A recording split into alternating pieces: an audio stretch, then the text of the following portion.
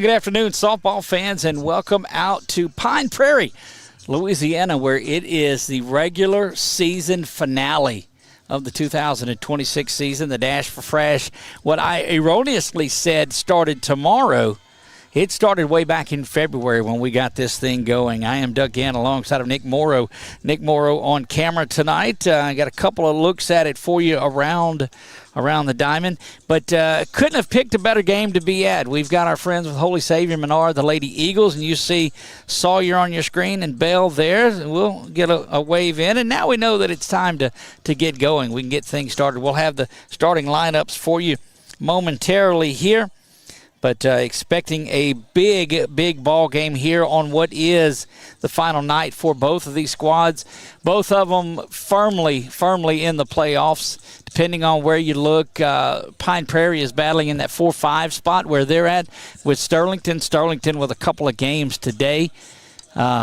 And then Menard, this is their one final, as it is Pine Prairie. Menard sitting at 7th in that Select Division 4 with an opportunity to move a little bit. We call this moving day because 1 and 2 are set. Riverside Academy is number 1. Glenbrook Academy, the Apaches, Glenbrook Apaches, they are sitting at number 2. Coach Tyler Cox and company are there. And yes, that same group out of Minden that we went and saw in the Minden tournament to start the season off, we were up there and, man, had a great time. Those two teams are in this bracket together, so Menard's sitting there at 7. They were 5 last year when they went on and made that great run into Sulphur. Both of these are Sulphur teams last year. Of course, Pine Prairie defeated by Gina in that game. What a game that was. Kay Cooper and Kennedy Ware went head-to-head in that one. And Gina comes out on top before eventually losing in the championship game there. And Menard, of course, you know the magic run that they went on, added their 4th state championship. You saw that banner that emblem get put up on the wall. Of course, we followed them all throughout the last year. Both of these teams we covered. That's why we thought this was such a great game to be on board for. And, man, we're just couldn't pick a better game to be at to end things up. Two teams that we know very well, and we will see a lot of tonight in this one. Big points on the line for whoever can come out victorious in this one. But probably about 10 minutes away from getting started. So we just wanted to welcome you. We're going to leave the headset on, leave the mic on, and we will be back with you here momentarily. Don't go anywhere. It is the NDI Heating and Cooling Game of the Week. If your air conditioner is struggling now, wait till you see it in July. Give them a call for a free estimate. It's 318-451-4107. Back after this.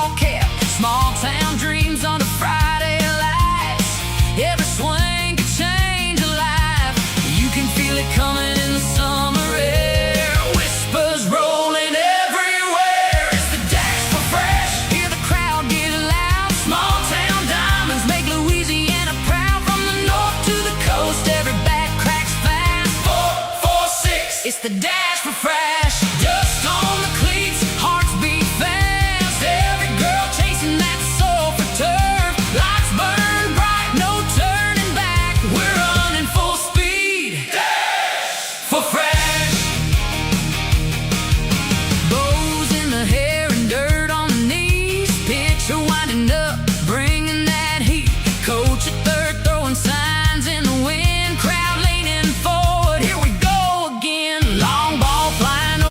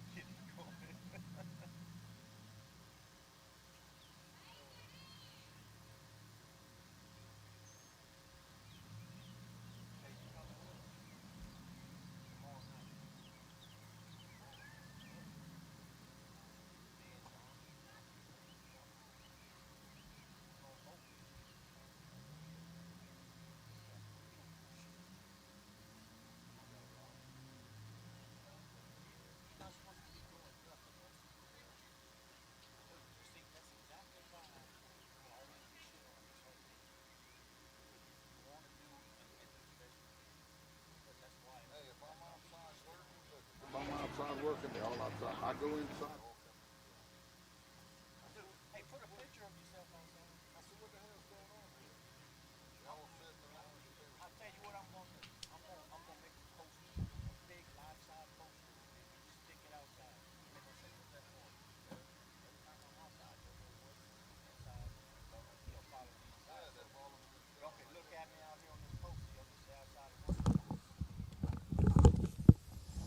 And welcome back once again. We are here live in Pine Prairie, Louisiana, just up the road, about 45 minutes or so. And it is the Menard Lady Eagles, head coach Brad Turney and company, ready to go to work. We'll see Kaylee Methvin in the circle tonight. A very similar lineup to what we have seen throughout. Let's get those. We don't have the one in from Pine Prairie just yet, but we'll take a look at Sawyer Shelton leading off, playing center field. Emma Davis will bat second, and she plays shortstop.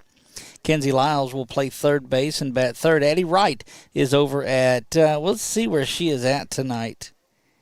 She is at second base tonight. Kate Perotti behind the dish. Abby Claire Fingleton is going to be the designated player. She will be there as Adeline Ledette is over at first base. Belle Drago will bat seventh. Kaylee Methvin is in the circle, as we told you earlier, and Parker and Albanian is there in, got to be right field is where she's at. So there you have it, getting everything. Yep, right field it is. So she's there waiting on the one for Pine Prairie. But again, as we told you earlier, this one is a big one for both teams. Menard sitting there at number 7 in Select Division 4. Pine Prairie now at 5. Has been 3 and 4 most of the season, but that's that one with Gina and French Settlement and those guys. And it's Sterlington, Pine Prairie. It is as classic of a division as you will find. And we're just moments away from getting this thing going. Big game for both of these teams. Again, I am Doug Gann alongside of Nick Morrow. This is the NDI Heating and Cooling Game of the Week. Look, watch a little softball. If you're looking to talk some baseball, we'll do that tonight at 7 p.m. Join Marshall Leffler, KP Miles, and Roy Lang out of the Shreveport area, longtime legend as it relates to sports writing around the state, and just does a tremendous job, and he will be on tonight.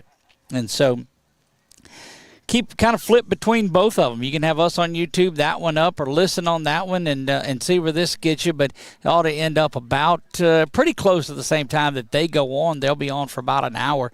And then at 9 o'clock, we will be back with you, and we will wrap up the regular season. We should have a pretty good indicator of the way things have gone as they are updating those brackets and playoff ratings a little while. And join us tomorrow night from 7 until 10. Well, I don't know if I can talk for 3 hours. Yes, I can. We can do that. When we're talking sports, talking softball, we certainly will be able to do that.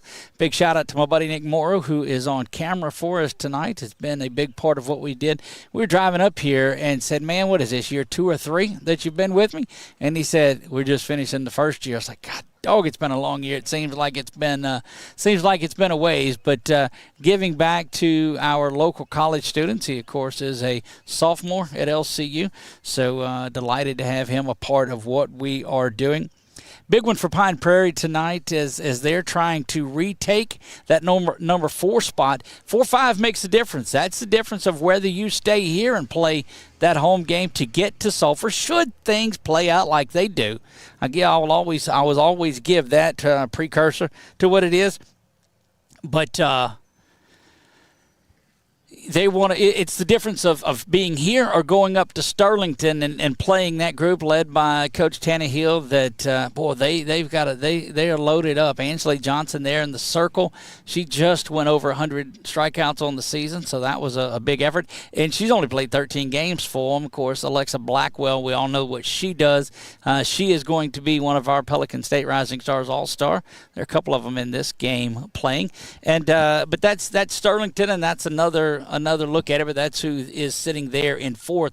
And it's as close as a lot of these races is that 4-5 spot. None closer than the Menard bracket. 1st and 2nd, we told you, we're set with Riverside Academy at number 1 and Glenbrook, the Lady Apache softball, sitting there at number 2. And 3 through really 8 or 9 is pretty jumbled up. So we're going to see how it plays out tonight. I don't know. We're going to go live at 9 o'clock. We may watch that thing at midnight. We may have some midnight madness. I don't know. Leave a message, a comment down there if any of you would watch at midnight. I'm kind of crazy that way. I might just go live at midnight tonight after the brackets or after the power rankings update at that time, just to sit and hang out and visit with all of you that are watching. See what they're working on inside. I'm not sure. We're going to be delayed a little bit from our start. It was set for 5:30, and they have not got into lineups or anthem or prayer or any of that just yet. So keep an eye on that for you. A lot of big games going on around the state. We'll tell you all about that tonight. But, again, if you're a baseball fan, tune in at 7 o'clock as Marshall and KP and Roy bring you the baseball bracket breakdown. I don't know if they've called it anything or not, but ours, we call it the Dash for Frash. Mike McMillan from the North Shore Prep Report will join us, as well as a couple other guests. Head Coach Westmoreland from Walker will join us as well. I tell you, we've got a special guest joining us tonight, Madison Sumler. She is the first baseman junior and just hitting above 600 on the season. She is joining us tonight following their game. They play tonight. So we've got a big night of softball talk and baseball talk, and spring sports have taken front row in this one. Not sure what all we could be talking about out there. I don't think there's that much this late. Some 57 days into the season. This is day 57. I don't know what we're working on here, but needless to say, we'll check Game Changer and see what's going on these, if they've got anything. Baseball ended last night. Congratulations to the Astrojans. They pick up the 8th seed in that one, and will turn around and have a home playoff series next weekend. They will welcome in Captain Shreve, I think. Anyway, I'm not sure who they welcome in. Menard and Pine Prairie set to go tonight. We don't have the Game Changer stats in there just yet. So we'll work on that and try to get those starting lineups to you. But again, we are brought to you by NDI Heating and Cooling. It is our NDI Heating and Cooling game of the week, and I'm telling you what, as much as we complained about it being cool out here, that switch has flipped. It is certainly a warm one out here, and gone are the days of wearing the hoodie and bundling up and shivering. Those days are gone, no doubt about it. Still continuing their meeting. We'll try to get Coach Brad Turney on tonight and visit with him as well. There you see the two umpires and Coach Brad Turney, Coach Alicia Hebert, and there's just a strange amount of stuff they're figuring out there. I have no idea. So all I do know is that we're moments away from the starting lineups and the national anthem, and they may not do starting lineups as this one has trailed past the 5:30 start time.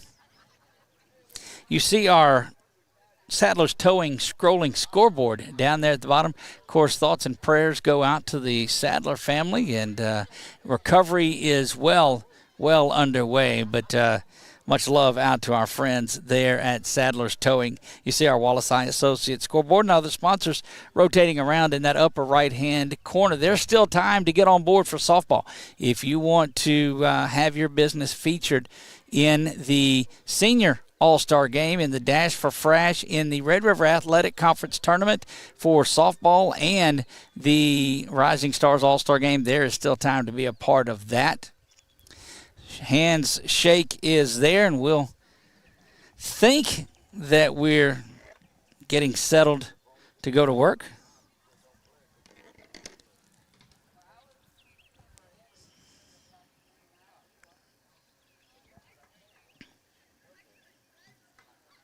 His Old Glory in the wind, and we will turn it over to public address.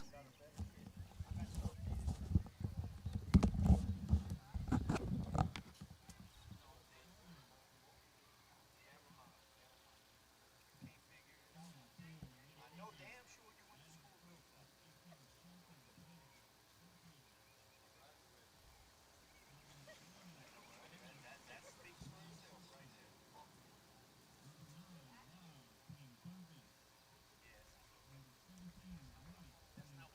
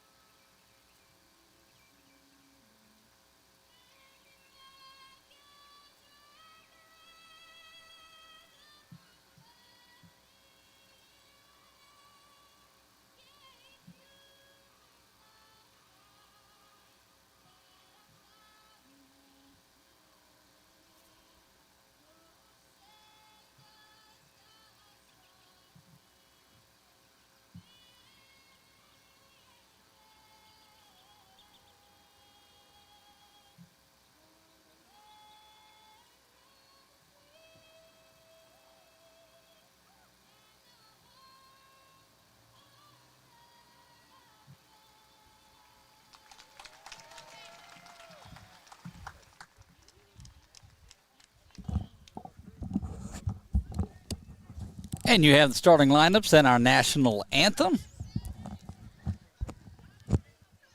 Senior Jolie West in the circle for Pine Prairie tonight in this one. George is at second, it looks like. And we'll get these young ladies as they make their way around. Josie Vidrine, the shortstop. Looks like Ortego is there at...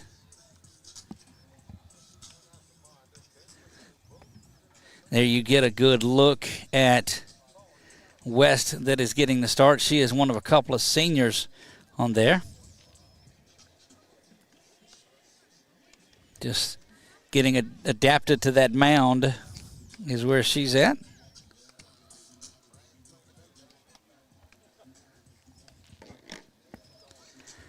Again, just a couple of minutes away from getting things going as soon as they get their game changer up and going. Sawyer Shelton, Emma Davis, Kenzie Lyles will lead things off for the Lady Eagles. That much we know. We gave you those starting lineups a little bit earlier. That middle infield for Pine Prairie is solid. George there at second base and Vidrine over at shortstop.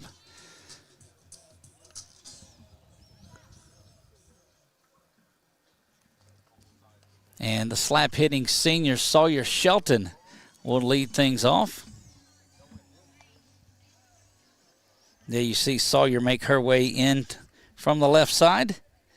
First pitch was scheduled for 5:30. It is 5:40, and we're just set to get underway.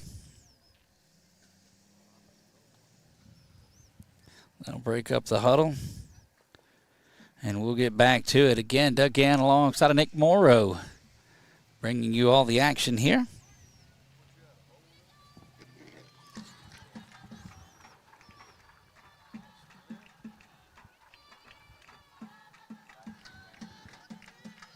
Out there, last-minute adjustments to the catcher's chest protector.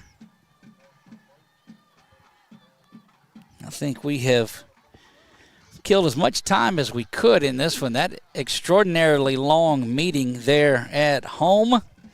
But we were scheduled for 5:30. First pitch in the books. As long as we throw it here. Still looking over. The lights have made it on here. First pitch away at 5:41. And Sawyer takes that down low for ball one.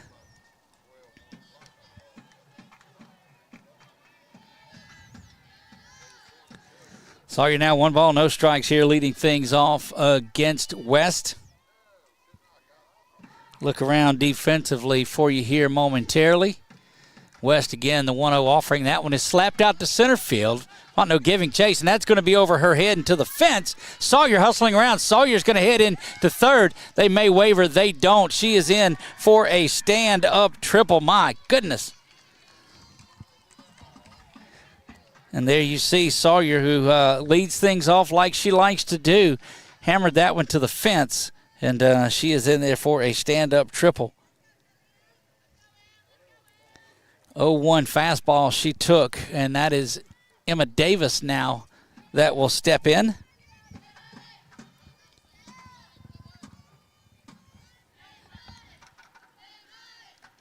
West will rock back and deliver this one. It is low, and there's a good look at home plate there. So this is Emma Davis, the shortstop. Bird in left, Fontenot in center field, Markle in right field, Ortego at third, Vidrine at short, George at second, Fontenot at first, and then the battery, we told you that.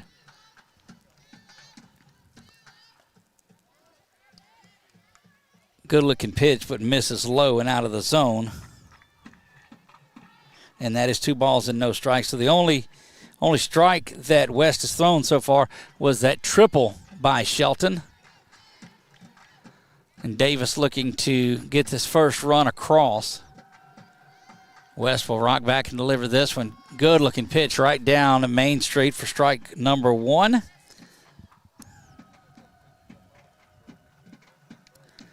Get a look inside there.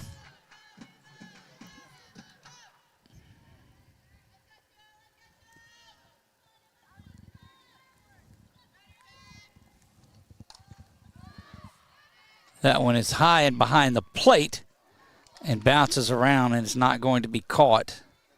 And that's one you got to have there. It's a strike. It's 2-2. You see Shelton there led things off with the triple. Shading her eyes is Ortego over at third base. That sun does just make its way right down.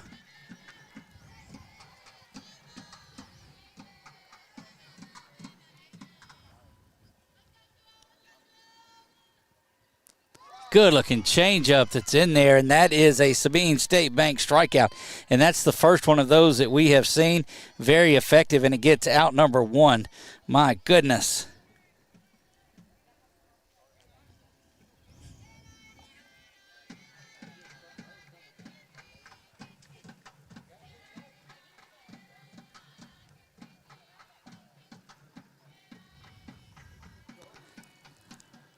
That one hammered down the line way back. And that is foul. Good looking shot at it there from Kenzie Lyles, who can certainly swing it, but that is a long strike one. Boy, she turned on that pitch so well. Runner still at third.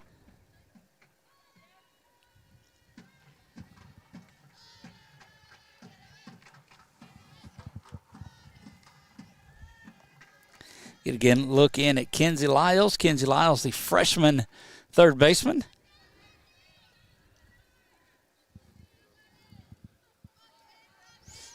Appreciate our folks at AVKANS, AVKANS.com. That one fouled back. And, boy, this is where she threw that nasty little changeup the last time around that slowed it down, dropped it in, and goodness.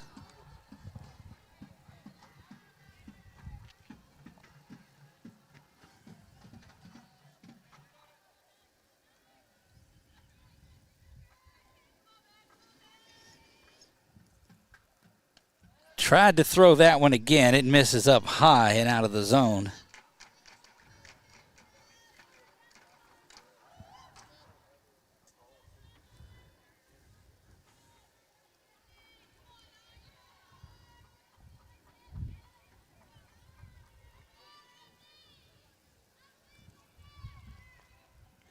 Again, 2 balls. 1 ball, 2 strikes, 1 down here. Wind blowing in. That one lifted back foul, and they'll replay the 1 ball, 2 strike offering.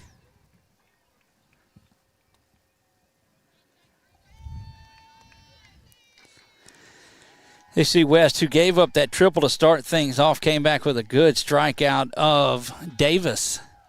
Davis, the junior shortstop.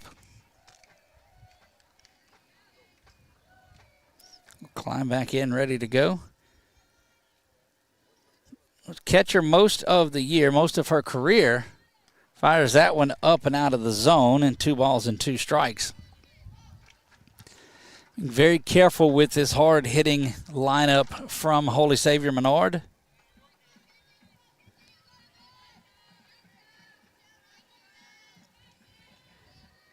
West will rock back and deliver this one. Throws that changeup, and boy, just a good job of fighting that off by Lyles. And she's not coming with that inside fastball anymore. That's the one that Lyles took deep and off that red truck that's over there, foul.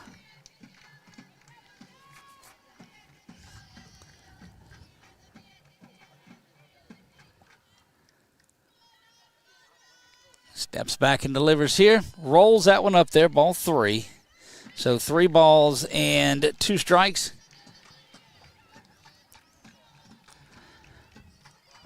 Well, there's a little bit of a breeze earlier, not much of it now. It was the wind was blowing in, but it's negligible at this point. 3 ball, 2 strike offering. West will gather herself, rock back and deliver. Swung on and missed, and down on strikes, and that is a Sabine State Bank strikeout. Let's take a look at it one more time. Just swung right through a good one there, and that's 2 down. And this is Addie Wright, another one of those left-handers that comes to the plate. After that leadoff triple, Sawyer still finds herself over at third base. But Addie can hit with the best of them. This lineup, that one lifted high and back and going to get out of play near that entrance and near where they cook. So you see, if you're looking behind that little portable building off to the right is their clubhouse. The one off to the left is a concession stand. That gives you a little bit of an idea on where you're at here.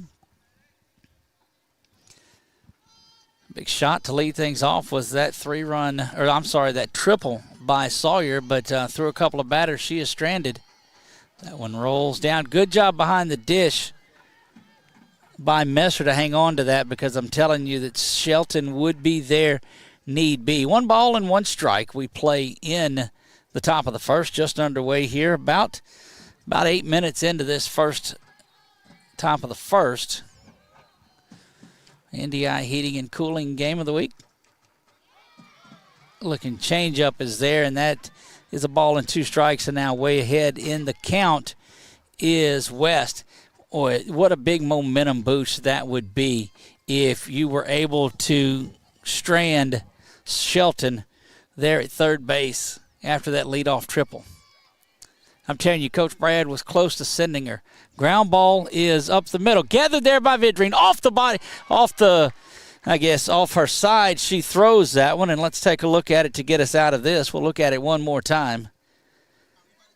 Good ground ball, and you see her off balance. That's the word I was looking for. Across the diamond she goes to Briley Fontenot, and that is the out. Due up for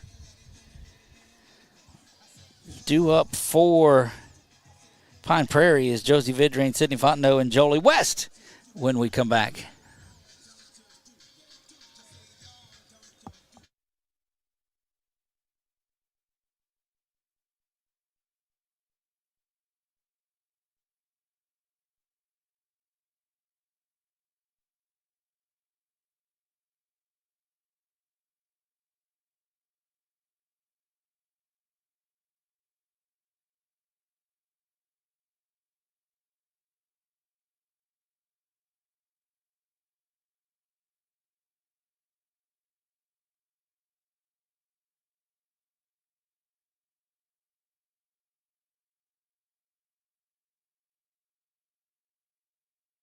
Bottom of the first, we play. Josie Vidrine will lead things off, and you saw Josie make that beautiful play there at the end. As a matter of fact, as she comes up there, let's take a look at it one more time. That was that ground ball to shortstop. She's going to come up, glove it, never misses a step, goes off balance across the way she goes, and that retired the side, and she will lead things off here in the bottom half of the first inning. No score in this one. Pine Prairie coming to bat. They need this one as much as Menard needs this one. Boy, there's not enough need this in this game. That one is back there. I don't think you could find any more of it. This is, and both of these teams have scheduled this way. You wanted this game to test you. This is as good as you'll find throughout the playoffs. Menard playing as hot as anybody. Pine Prairie doing the same.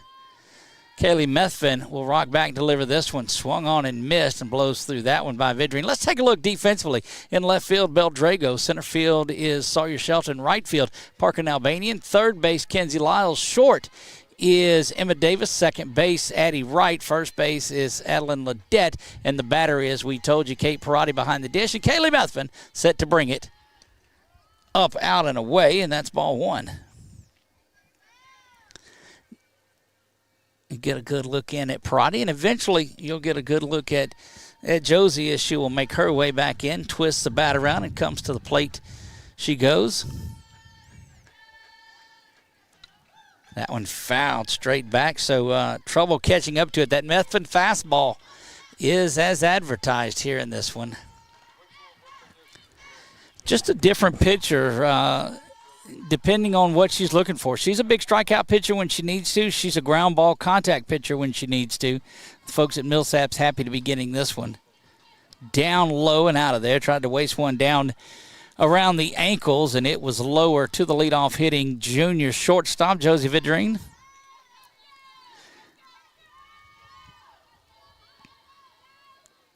Vidrine will step in there ready to go to work. So does Methvin. 2-2 offering. Checked over to Davis, it's short. She's going to have that one, and we'll take a look at it one more time. Methvin will deliver in here, and it's just a good ground ball through the dirt, kicking it up. Good camera work over there across the way, and that's going to bring Fontenot to the plate. One down here in the bottom of the first. Sydney Fontenot will step in.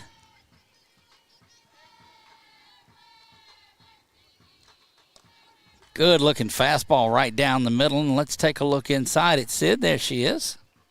Center fielder Sydney Fontenot for Coach Alicia Hebert and this Pine Prairie Lady Panthers team. 0-1 following that big fastball that was there. Ground ball over towards second again, to short. Emma's got it across the diamond. She goes, and boy, already big-time work being done by the shortstop position on both sides of it. Not a replay. It's just Emma doing what Emma does. From shortstop, fires across, and that's part of what made her the most outstanding player down in Frash a year ago. So 2 up and 2 down. That's what we told you. That's 2 ground ball outs, and that's the way that Methvin is able to take care of that arm and be efficient on her pitches. That one is fouled down the line between Lyles and Coach Hebert. Strike 1. This is the pitcher Jolie West that stands in. Of course, Jolie, again, can catch as well and play just about anywhere that Coach Hebert needs her. 0-1 the count here. Methvin with a couple of ground ball outs. Her and Emma Davis playing pitch and catch, it looks like. They'll look over, get the sign. Methvin stands back in there ready to go to work, and there's a good look inside. Let's go back, up and out of the zone. We'll take a look at the Pine Prairie Lady Panther pitcher and batter when she stands in. That's Kate Perotti that is there, and there's Jolie that makes her way back in.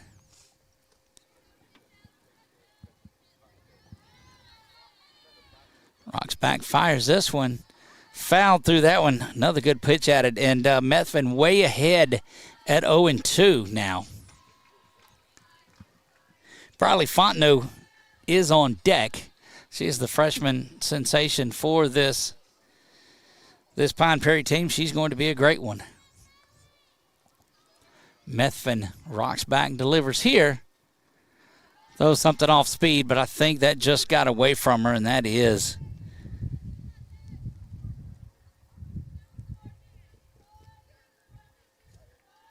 the second ball. 2 balls, 2 strikes. We're even the count up. 2 balls, 2 strikes, 2 down.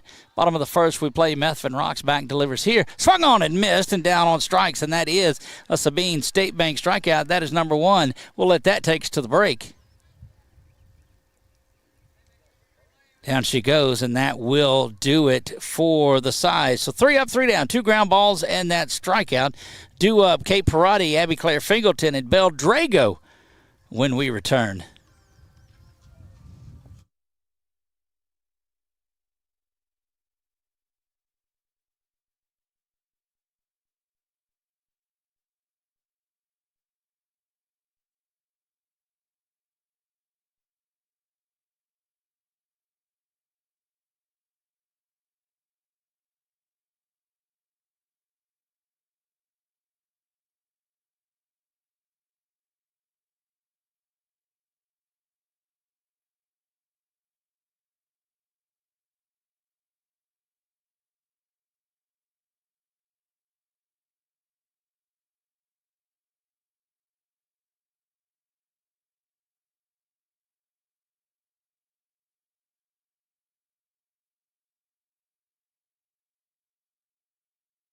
Back to work we go. Let's clear the Wallace Eye Associates scoreboard off for you. My helper didn't do it, and when I say helper, I mean me. Didn't do it. Now we've got it cleared off, and we're good and ready to go. Top of the second we play. You see it on our Wallace Eye Associates scoreboard. We'll take a look in a moment at Kate. Not quite there yet. She'll make her way in as soon as Messer and those get back in. There's Kate. She is, boy, just as solid behind the dish as you'll find. And back to work we go here. Top of the second, we play. Doug in alongside of Nick Morrow. It is 446 Sports presentation of the Pelican Softball Report. That one misses down low for ball one.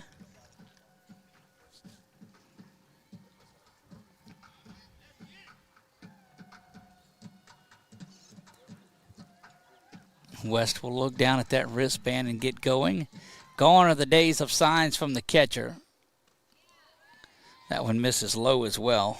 Looked like it had a shot of getting in there, but did not. And West has missed on the first two here in the top of the second. She'll go back, rub a little dirt on it, and get ready to go.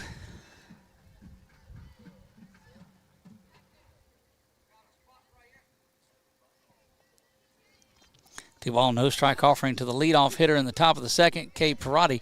She fouls that 2-0 pitch back and off the fence behind her, just a little bit underneath it.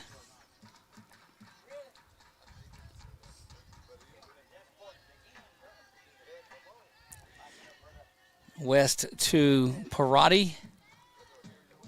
Messer there behind the dish.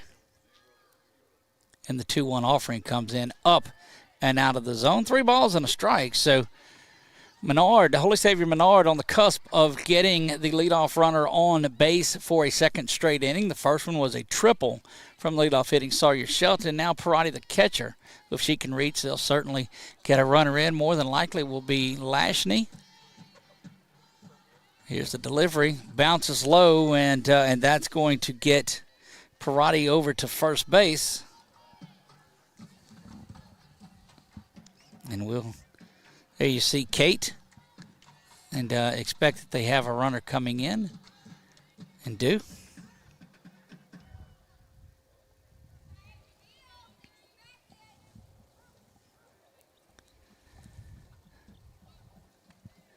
And that's going to bring Abby Claire to the plate. Felix will be in to run for Holy Savior Menard, and they're making that adjustment there. They'll mark down, and there you get a good look at Abby Claire.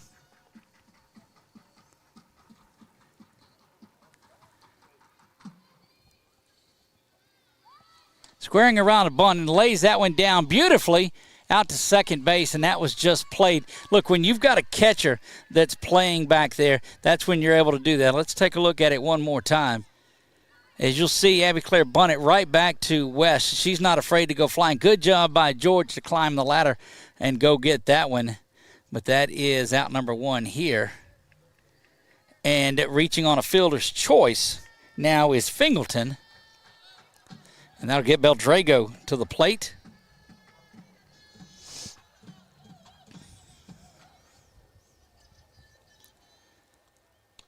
Bell swings through that one. Let's get a good look in at the, when she gets back in there, we will.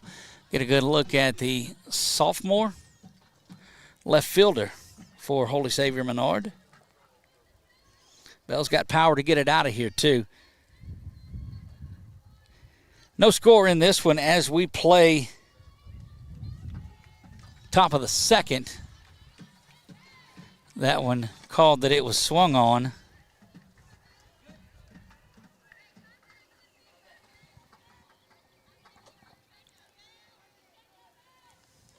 And Fingleton on it first on the fielder's choice. It was Felix that was retired on the put out 1-4. And back to work we go here. That one up and out of the zone.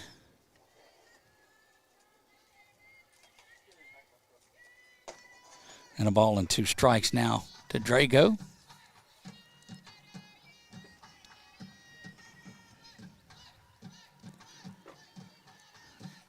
West, since that leadoff triple has been pretty solid. Knocks back and fires this one. It rolls up there, and as I say that, 2 balls and 2 strikes.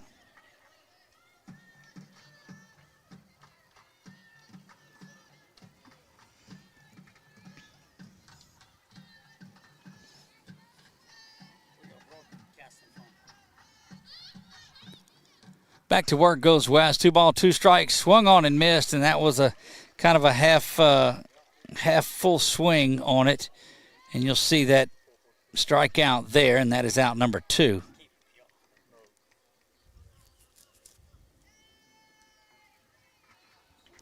And that will get the pitcher, Kaylee Methvin, to stand in. Kaylee went on a stretch of 4 straight official at-bats with a home run. Over a couple of game stretch, 2 or 3 game stretch, just pounding the softball was Methvin. Takes that one up and out of the zone for ball 1.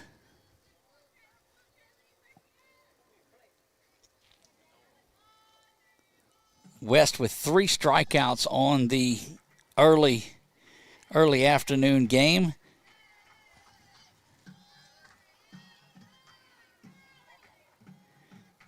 Counter that with West. She's got swung on and missed, and that one is up in the zone. That high fastball was one that she wanted, no doubt about it. Methvin just 1 strikeout on the day. It was a big one.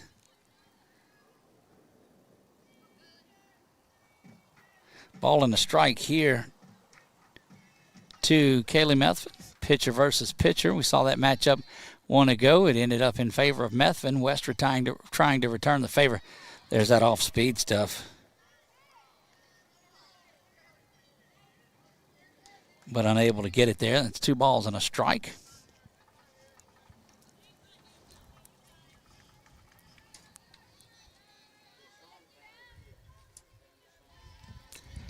Fingleton still the runner at first base.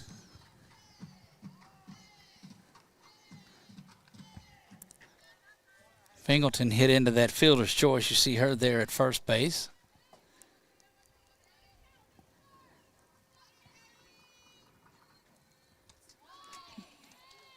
That pitch in there evens things up at 2 balls and 2 strikes. Good pitch on the outer half, and now West seeking her 4th strikeout of the afternoon. Following that leadoff triple, it has been lights out for her. The fielder's choice a moment ago that she threw and got was the only other out. Swung on and missed, and down on strikes she goes. That is another Sabine State Bank strikeout, and that'll take us to the break. That will do it. We'll be back bottom of the 2nd. Due up for the Lady Panthers. Briley Fontenot, Ella Fontenot, and Ella Ortego when we return.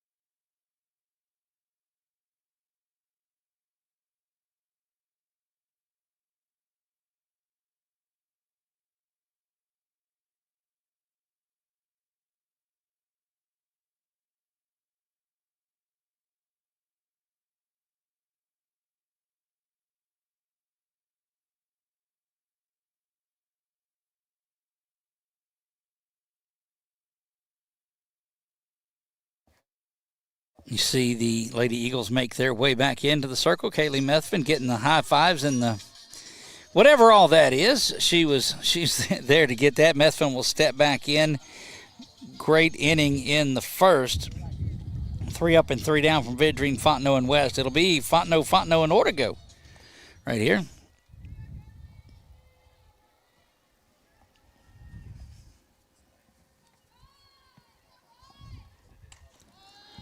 That one lifted high, going to stay on the infield. Addie Wright comes up and makes that one, and we've seen her do that a lot of times over at first base. Just gets under it, calls everybody off, and says, I got this one. That is out number 1. As we play bottom of the 2nd. It was Briley Fontenot that popped out there. And this will be Ella Fontenot. Briley, the freshman that they're very, very high on this season. That one taken up and out of the zone for ball 1. Again, we told you when Methvin is throwing it like this, she's not out strikeout hunting. She'll get them when she needs to or if she needs to, but she likes to throw and conserve those pitches, and she's doing that. We'll take a look here momentarily at her pitch count, but you see Methvin in there getting ready for Fontenot. That one hammered out to left field, but camping out there and getting that one is Drago, and that is quickly 2 up and 2 down.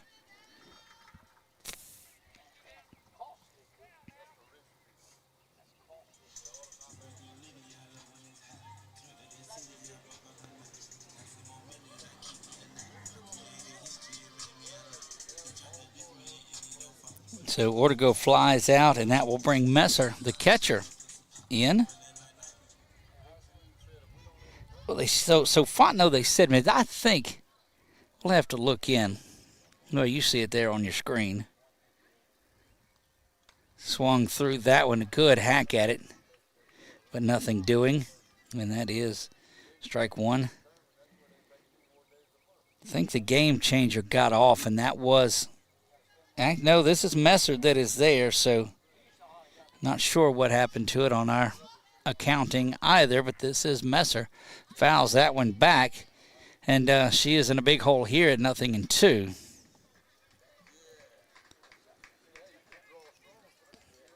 Nothing in 2 and 2 down. You'll see Messer, who is the Pine Prairie catcher, step back in. Quick inning here. Methvin trying to finish it off. Tries to blow that rise fastball by Messer, but it's up and out of the zone for ball 1. 1 ball, 2 strikes. We play bottom of the second, no score. You see that on your Wallace Eye Associates scoreboard. Just the 1 strikeout in this one for Methvin. That one lifted high, giving chase is Ledette at first. She'll have it, and that will retire the side. We'll take a look at it one more time off the bat of Messer. That gets us to the break. Popped up in the air and handled there. 3 up, 3 down for the Lady Panthers in the bottom half of the second. We'll be back right after this. You're watching high school softball right here on 446 Sports.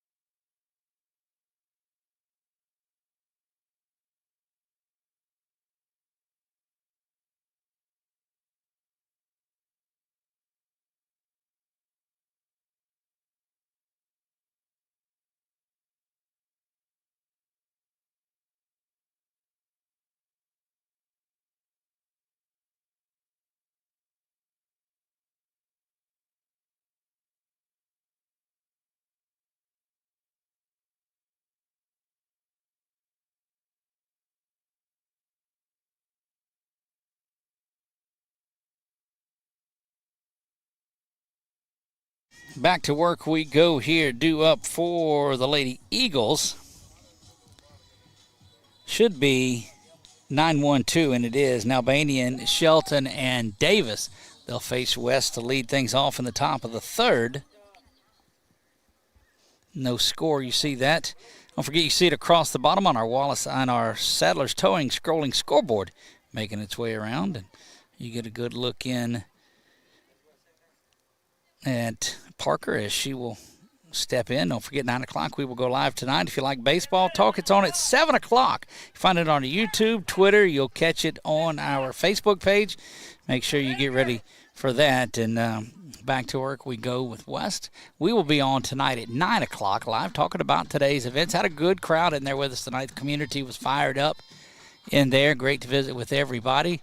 That one's a slow roller up to the plate in ball 1.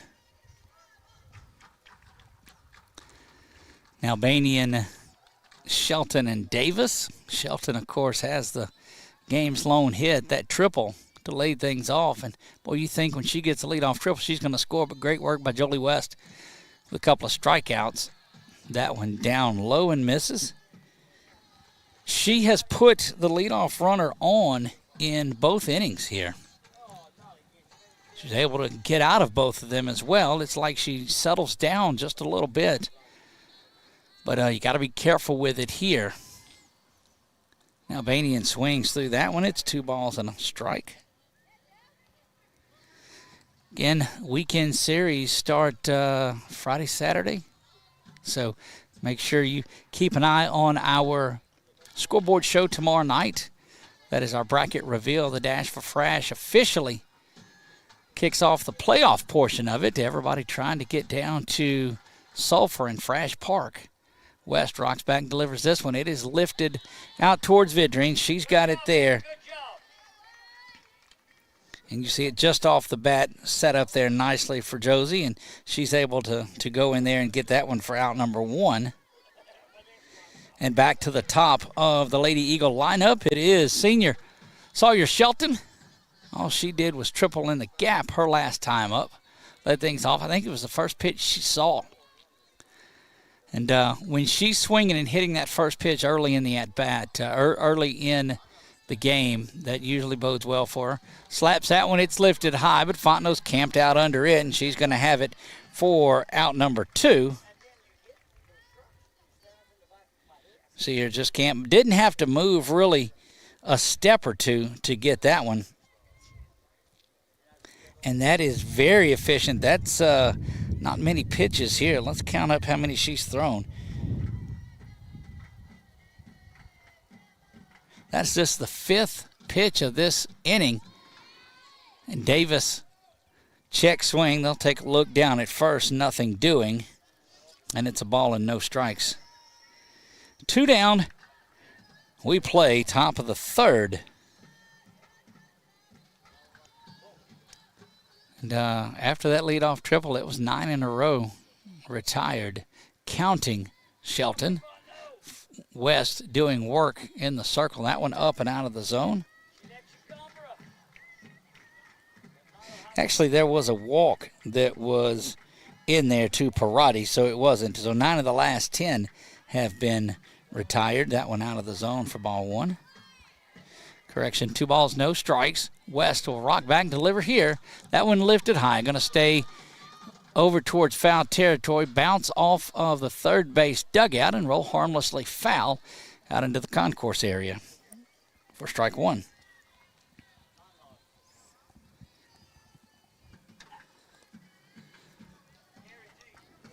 We'll step in Emma Davis. Davis 0 for 1. She had a strikeout back in the first inning. Bats here in the top of the 3rd. And West will stand back in. I think it was that good changeup that got Davis back in the first. This time it's lifted high, goes the same way. Ortego gives chase, but again, harmlessly fouling out of play. But that does even things up at 2 balls and 2 strikes. Marco, Fontenot, and Bird, the outfield here.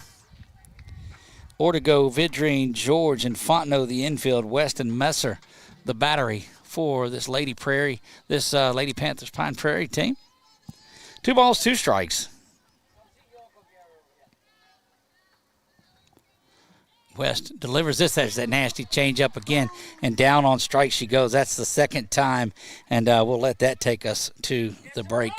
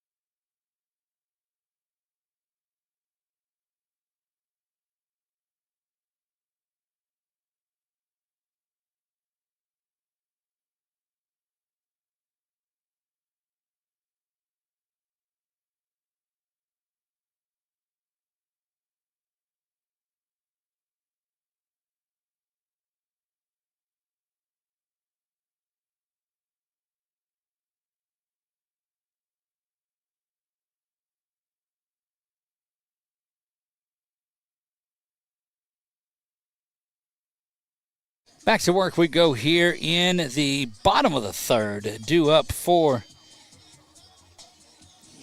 Pine Prairie in this one is Bird, George, and Josie Vidrine.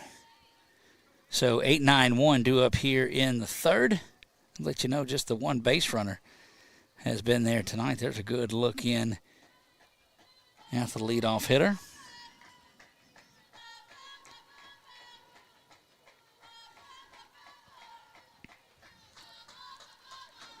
Go out there and change the softball, get a new one in, and Methvin's set to get back to work here in the bottom of the third.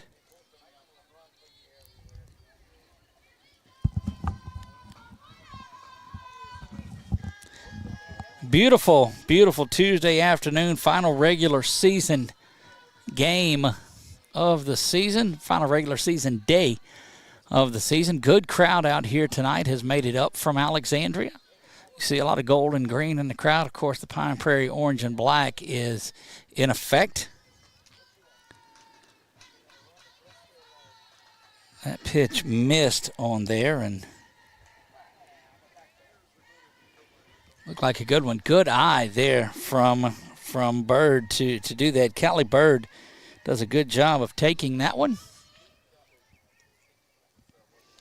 And Methvin back to it. Bird steps in trying to get something going. That one dropped by Parati in the back, but no harm, no foul. And that is strike number one.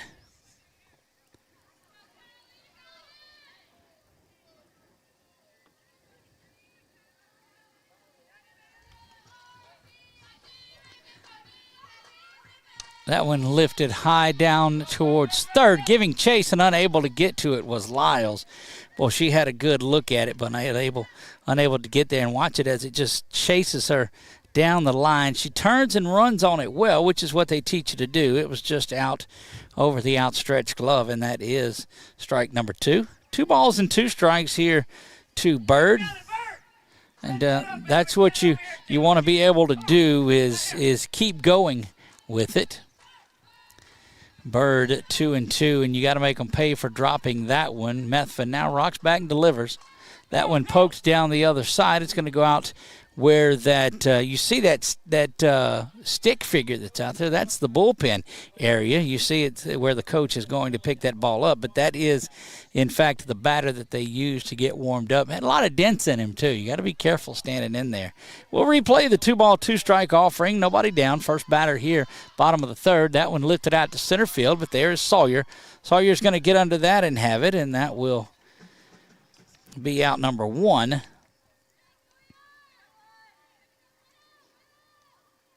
That one lifted high and back, and Sawyer doesn't really have to move at all, and she gathers that, and back to work we go. One down, and this is going to be George that stands in. Anaya George will hit in the 9 spot. Squares around, pops that bunt up in the air, but running through it, it was bunted high enough. It got up and over that net and out of play. And boy, that's one that's up there. No balls and 1 strike. This has been every bit of the pitcher's duel that we thought it would be. You're not privy to it here, but we look both of the outfielders and the shortstop and third base shading their eyes. That sun is brutal on that side of the field. And it's a ball and a strike. Maybe we can get after this. After this, we'll get Nick to pan over and let you look at how everybody on that left side of the infield is shading their eyes, and that shows you where that sun is coming in. We'll take a look at it. That bunt laid down. Methvin's going to barehand it. Across she goes to first in time for the out. Bang, bang play over there at first.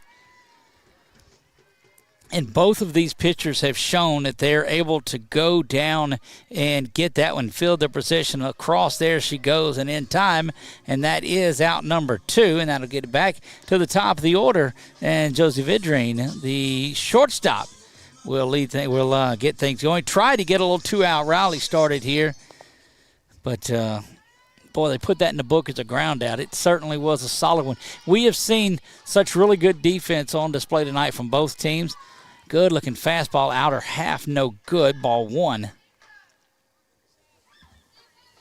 Still no score. We are in the bottom of the third. Both teams have had a base runner. Lady Eagles have had a couple of them, but Shelton hit and a Parati walk. That one misses, and it's 2 balls and 2 strikes. The Lady Panthers just the base on balls. Maybe they haven't got...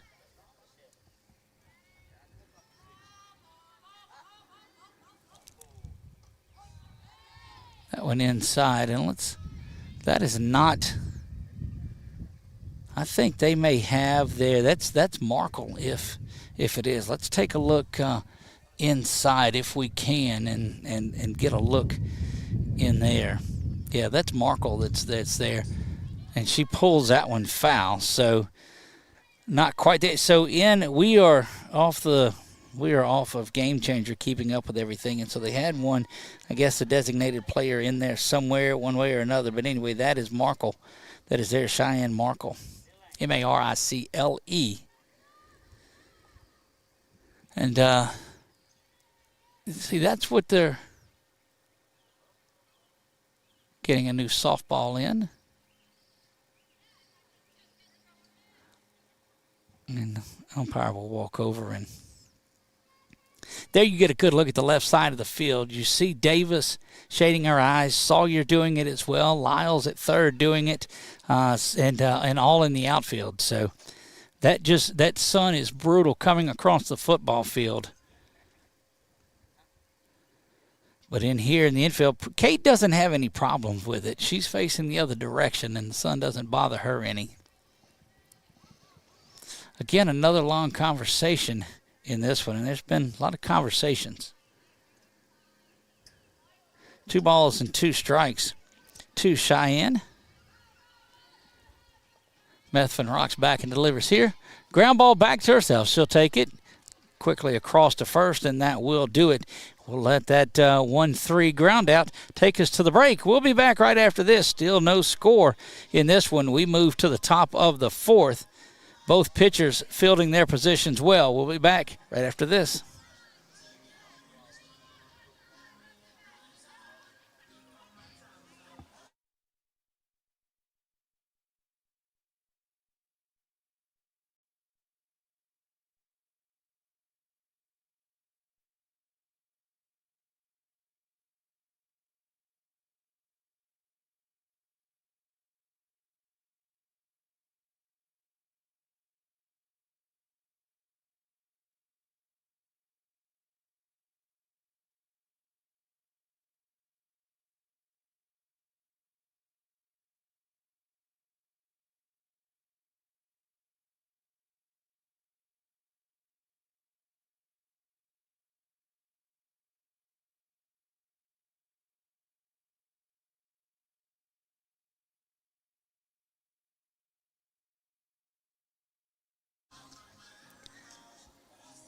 Kenzie Lyles, Eddie Wright, Kate Perotti due up in this one.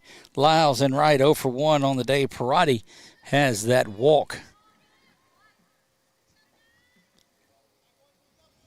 So 3, 4, 5 due up here. You ready, number 5? I know you are. We're back here cheering y'all. Y'all get ready. Here. Excitement out in the outfield here.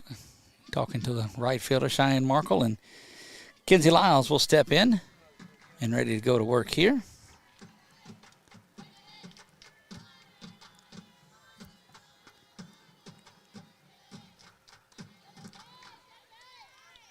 Pitch in there, low strike, strike 1.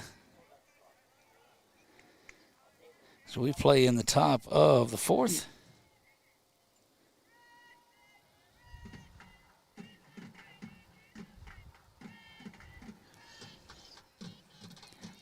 Jolie West delivers this one, and Lyles lifts it high and deep and back. And foul.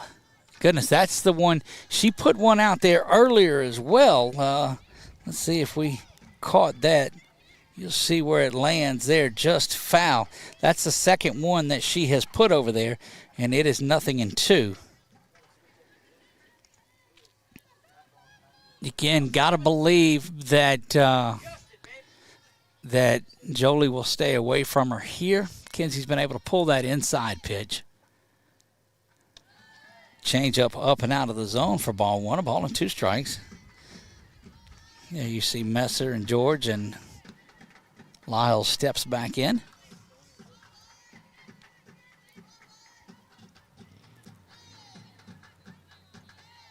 Jolie West, the senior pitcher, right-handed pitcher for this Coach Alicia Hebert team. He rolls that one in there, and it's 2 balls and a strike.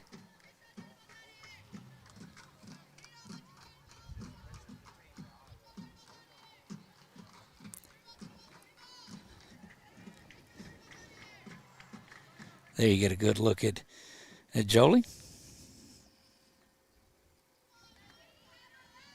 2 balls and 2 strikes. Fouled straight back. Good looking hack at it, but unable to catch up with it. And you just see that one get hammered straight back into the net. That gives you an indicator that she's right on it. That'll keep it at 2 balls and 2 strikes.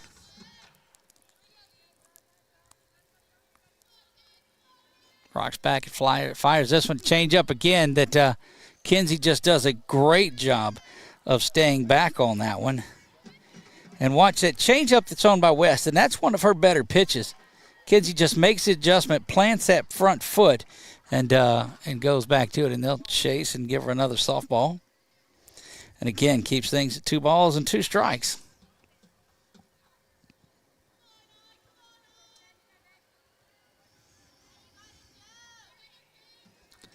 West now gets her way back in. 2 balls, 2 strikes. That one hammered down and is going to drop in for a base hit. Oh, it gets by her, and off and going is Lyles. Lyles is going to hold up there, give her a single, and take second on the throw.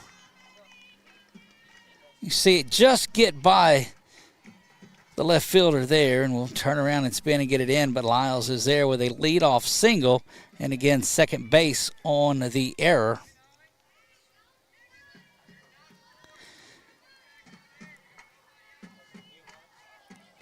And that will get Addie Wright to the plate.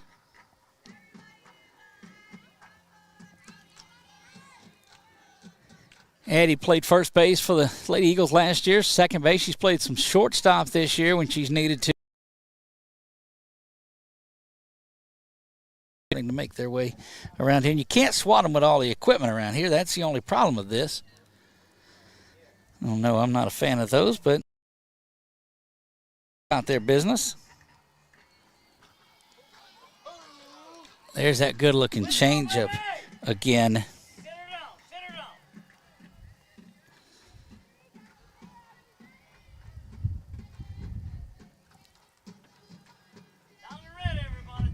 Two strikes now. No balls, 2 strikes to Addie Wright. Cleanup hitter for the Lady Eagles. Fouls that one back into the netting nearest the Pine Prairie third base side fans.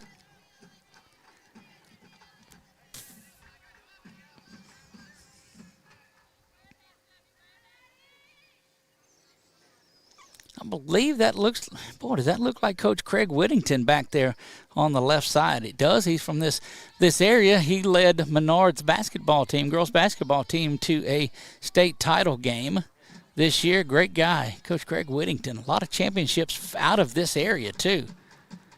Ground ball up the middle. It's going to be handled there by George. Across the diamond they'll go, and that's going to hold Lyles at third, but it does move the runner across, so sacrifice there in the out, ground ball out. And Kate Perotti will step back in. Let's see if we can get that shot back there. That is Coach Craig Whittington back there on the left side of your screen. If I had my telestrator, I'd draw it in, but he's in the white shirt off to the left.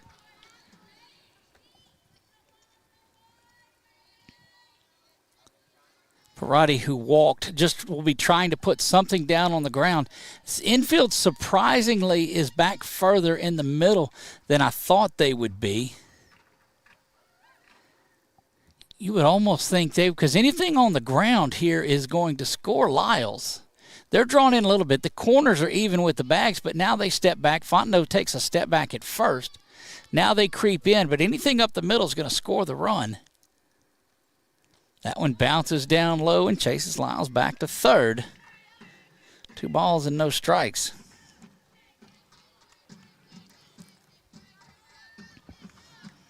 You in the mid, number 7. You in the mid. With the strikes.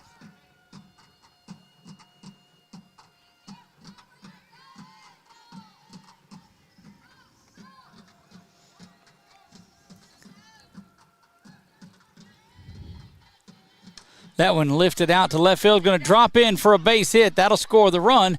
Bounces in front of the left fielder Bird, and it is going to be the first run of the game here in the top of the 4th inning.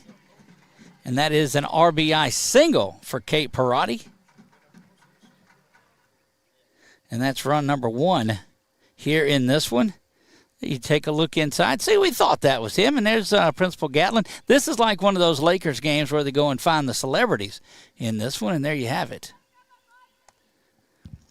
So make sure if anybody you're watching back home, you go in there and you text them and let them know about it. Look, there's a lot of information going on back here, it looks like. This is why we don't mic things up. We don't want to give any of the secrets of the world away, but there's a lot going on right there. You can believe that. Can't beat fun at the old ball game.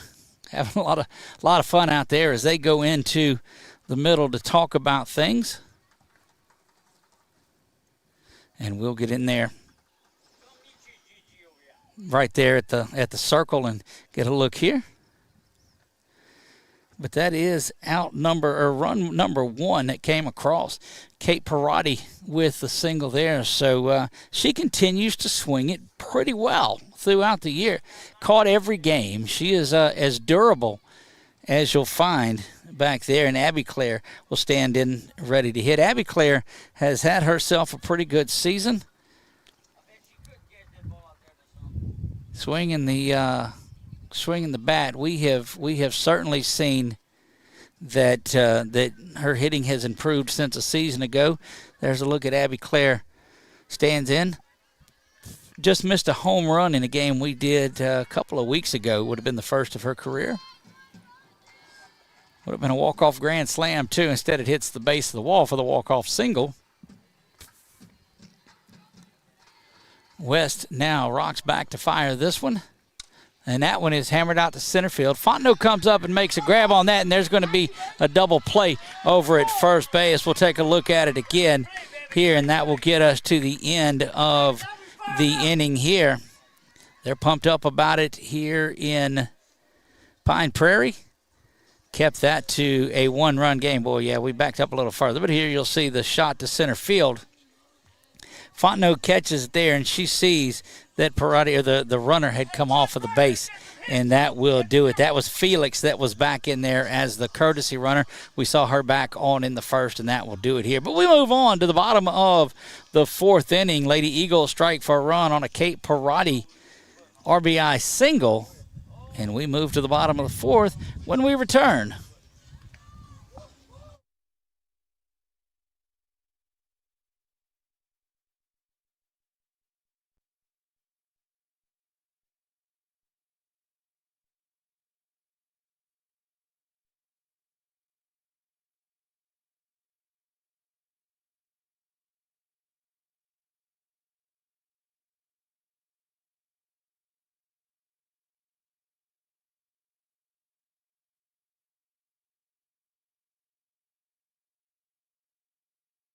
Back we go, bottom of the 4th. Josie Vidrine will lead things off. It is 1-2-3 for the Lady Panthers. Vidrine, Fontenot, and Jolie West. They'll try to get back the 1 run that the Lady Eagles were able to scratch across in the in the top of the 4th. Kenzie Lyles reaches on the base hit, and the error got her to second base. She made her way to third on the ground ball, and then the Kate Perotti base hit scored the run. That one swung on and missed there. There are no outs here. We'll get that cleared off for you, but it is 1-0. We play bottom of the 4th. In this one, Lady Panthers doing battle. Doug Gann alongside of Nick Morrow. Don't forget, coming up at 7 o'clock, that's about 22 minutes. KP Miles, Marshall Leffler, Roy Lang will talk baseball around the state of Louisiana. And those brackets came out today, so everybody knows where they're going. That one lifted foul, backing out of play, and a ball and 2 strikes. So we told you the last time we were here the story about that Guillory's. I guess it's a meat market that's just right up the road here And sign is broke out front, and that's the kind you say, you know what? They're too busy in there cooking to worry about that. That's the one. If you're in a small town like Pine Prairie and you find a meat market like that, get inside. We had crawfish boudin there. That one up the middle, and that is going to be the first base hit of the game for Pine Prairie, and Josie Vidrine has it. And that is the runner at first. Take a look at that again, and there you see Shelton. We'll try to see if we can't back that up a little bit more and let you see that one.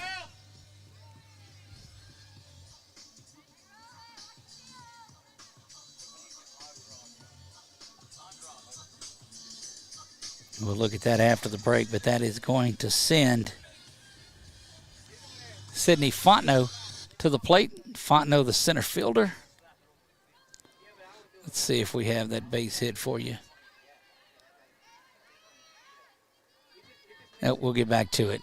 Fontenot, who is 0 for 1 on the day, as most of the folks were. That was the first base hit. That one is bunted down and going to be gathered in foul, and they'll toss it back over to Methvin. But you can tell this is, you got the top of your lineup in a hard-hitting part of it.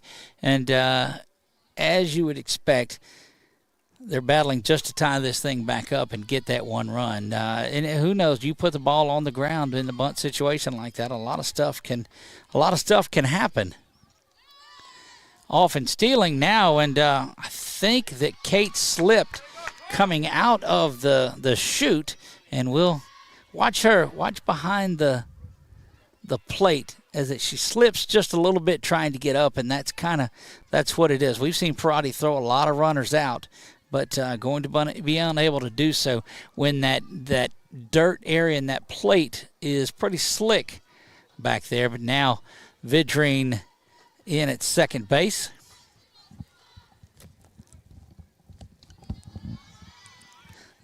Josie thought about going again. And there you see Josie Vidrine getting an eye on what's going on over there.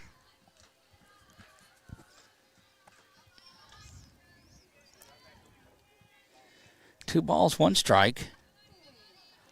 That one fouled back as well. It's 2-2.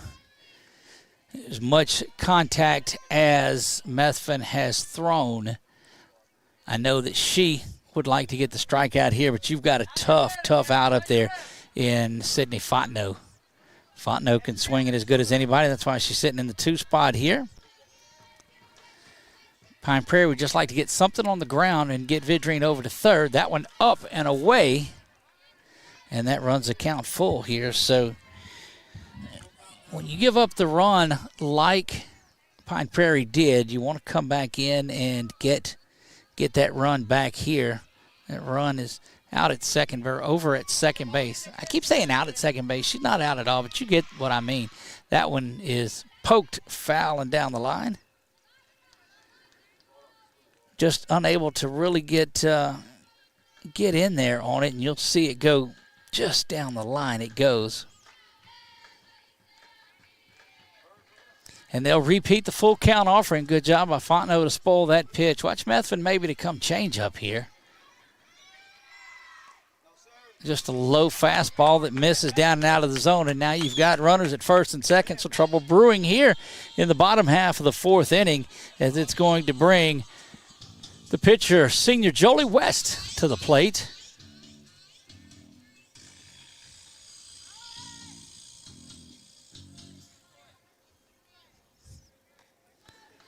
You look in at Jolie. She'd like to get the runs back. The run back that she gave up. Methvin fires around. The bunt is laid down, went off of the catch of Parati. So it was a good fastball from Methvin that got through the bunt. You see, again, your 3-hole hitting senior, and you're asking her to lay the bunt down here.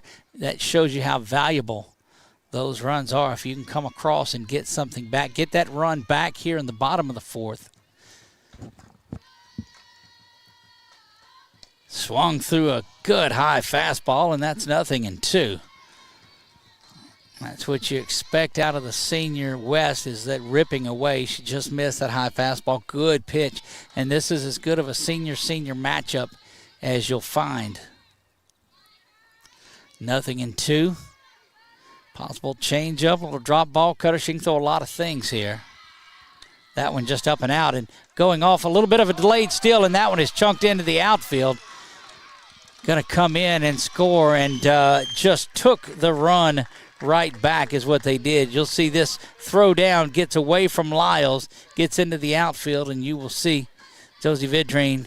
Chaos on the bases is what that is, and that ties things up here at, give her ball at 1-1.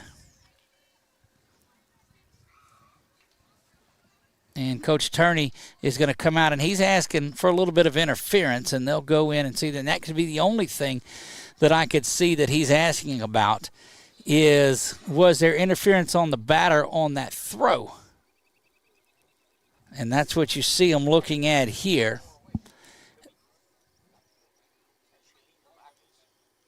And no call, so they're going to call it.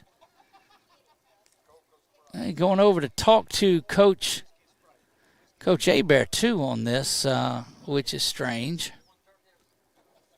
Normally, you only see them go over and talk to the opposing coach if they're about to change that and put the runner back on. But they wouldn't. The runner would be out.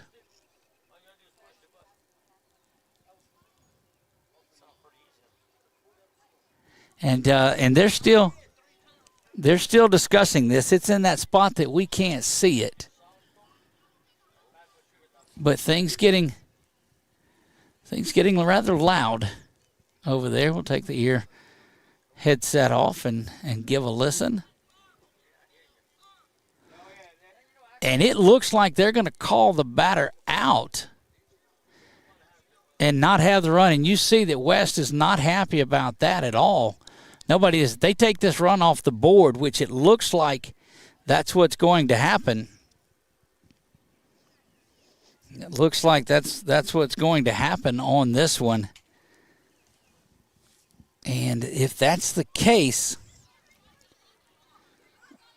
that's what they're looking at, it appears to me, and what Coach Brad Turney was arguing is that, hey, the interference on the batter on the throw, that's going to make the runner out that was coming in. And that should send the runner from second back to first if that's the case. So that would be the only thing that they're suggesting, is that she got back out of the box and out of the way. If she stands in the box, it is no interference at all. But if you make a move out of it, then it is. And that's what West is adding, is that, hey, this is my box and I was in here. And Coach Brad stepped in pretty quick and said, no, that's not what happened at all. And they're continuing these discussions. And, boy, I wish we had a camera over there on that side of it. But I'm going to tell you, Coach Hebert is not pleased with this at all. Coach Alicia is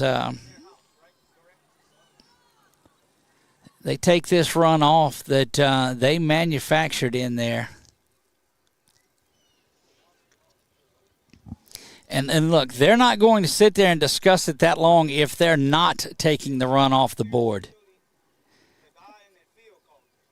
And so that's what's going to be the call. That's the only reason. And they'll continue talking about it a little while until they're just tired of talking about it, because they're not going to change. Once they've made that this was an out, they're not going to overturn a call, because then you just lose every bit of credibility that you had on the call that got overturned. You ask for help and get the help and overturn it.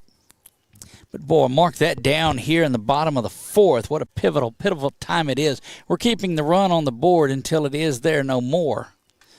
But what you'll see is the runner that is at second base who moved up, that is Fontenot. She will go back to first on the same interference. And West, I don't think West will be assessed the out here. But just hold on there and we'll see how this thing shakes out. But I promise you, this long of a discussion with Coach Alicia is not happening because the run has scored. They're not going to keep discussing things. If the run is scored, they would be on the other side talking about this one. So mark this down at 6:48 on your Tuesday night. 12 minutes away from the baseball show, by the way. Log in there, listen to Marshall Leffler and KP Miles and Roy Lang as they talk about all the baseball brackets. Home plate umpires through talking about it, and they'll come out and visit a little bit more. And boy, you hate to see a game that has been played and running so smoothly go down in a lull like this. But when you're fighting on the last day of the season for playoff positioning and a home game versus an away game versus this is going to really change the structure of this, and this is moving, and they're going to end up getting close to throwing a fan out as well. And Alicia is back telling her fans to hold quiet, and that's not how they're going to do it. And I applaud that from her.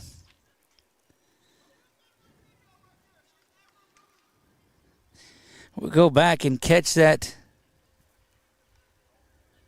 on the instant replay if we have it. Let's see.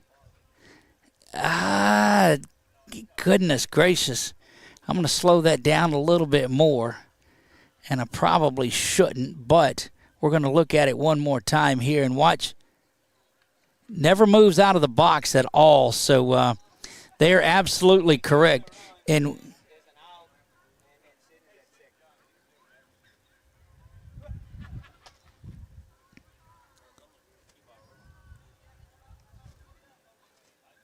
there's a good look at what's going on there. And I think Pine Prairie's got the better of this argument because she did not move at all out of the box. You saw that on the replay. And we'll see how they sort it out. They're calling West out for the interference is what they're doing. And they're going to – Coach Alicia may not be finishing this game because West has been called out erroneously. And now they're going to talk about it again to figure out what the exact call on this one is. So you're probably going to see the run. If they're calling the batter out, then the runner should go back to third because you can't have interference and allow the run to score. So I would think you would reset the bases. And again, I'm skewed in this one in the book. But if they send the runner back or, heaven forbid, award 2 outs on here, but Coach Hebert is going, and she is going after something, and it may be that she's going to get her phone. This game is going to be held up momentarily.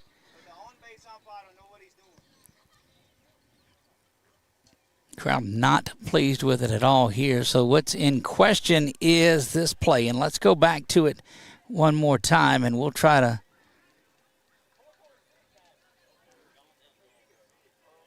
Yeah, let's go back and watch that one more time. You see it. Let me see if I can back that up just a little bit for you. I don't know that we can even and have it, but needless to say, it's a bang-bang play, I know, but they're going to get a phone and they're going to call, it looks like, and get a clarification on this.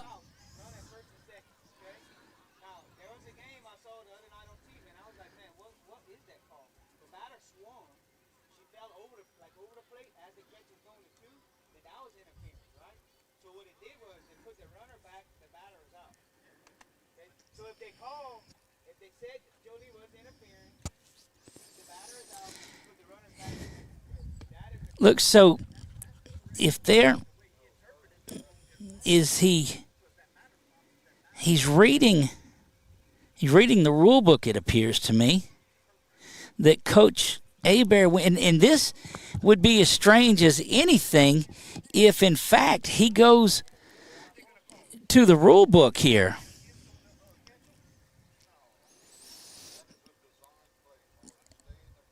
And so again, you hear the discussion out here in the outfield. She didn't move. We saw that she did not move out of the box, and we'll see if we can stop that for you really quick. Let's pause. You can see right there, it's still shot on our screen, and West doesn't move. As a matter of fact, she drops her hands down, anticipating if she is going to get hit with it, and we'll advance it just a little bit. She never moved on it. But anyway, enough of that. Now it's back to the interpretation of it, of what they're doing, and it looked almost like she was taking a charge when she stood, but she never moved at all. But now it comes out of who they're going to call out in this situation. West has already been called out. She's in the dugout. And you see her actually in the dugout leaning there, wondering if she's going to come back. But it appears they were taking the run off and calling the out. And Coach Brad Turney is going to bring his Lady Eagles in during all of this.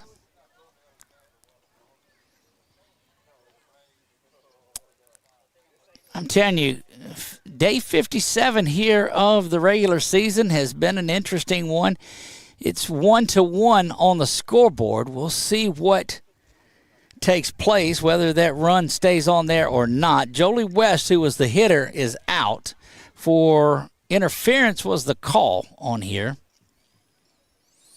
And they've got an umpire-in-chief that's out there, we believe. I'm not sure who this gentleman is. But, again, the guys on the field, this is going to really undermine just about anything else that goes on for the 5th, 6th, and 7th and beyond in this one. And look, ultimately you want to get this right. But, and look, don't get me wrong. There is a shortage of umpires in this situation. And Principal Gatlin has made his way out on the field now just to observe, and that's an interesting observation there as he makes his way in just to listen.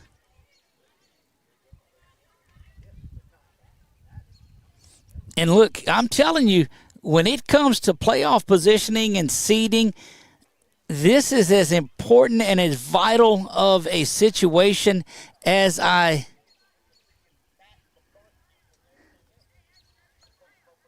interesting of a situation as we have seen.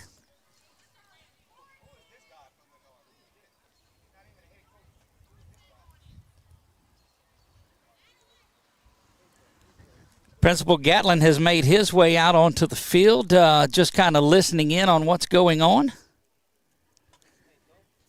Maybe need to go over there so he don't try to bulldog it. I step on the field too. And sorting things out here. And, well, you see Coach Hebert visibly shaken because this is the kind of a game. But I'm telling you, if you've got and I don't know that I've ever seen an official read the rule book during a game either. And look, as I was telling you, look, these guys, you just want them to get it right. In a situation like this, you just want the call gotten correct in this. And so take whatever means necessary, but get it correct. The enforcement of it now, this is not changing the interference call on here at all, but this is the enforcement of what it is.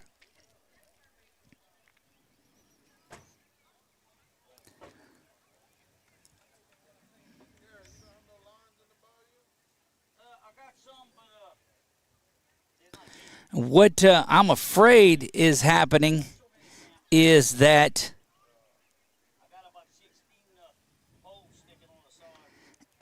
they're wanting to give the out to the batter and send the runners back as well.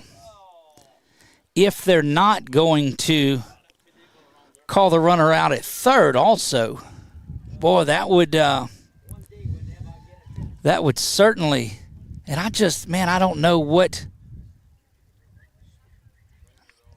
What necessarily that they're working out, but no matter what in this, there's going to be half a fan base that is going to be livid in this one. It's a matter of does the run score or not? Does the runner go back to third?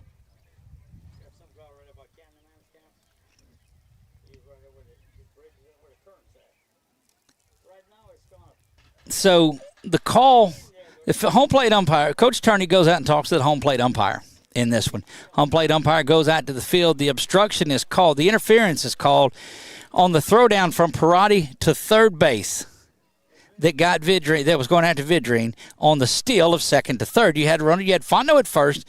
Josie Vidrine was at second. She takes off stealing third. The throwdown is there. And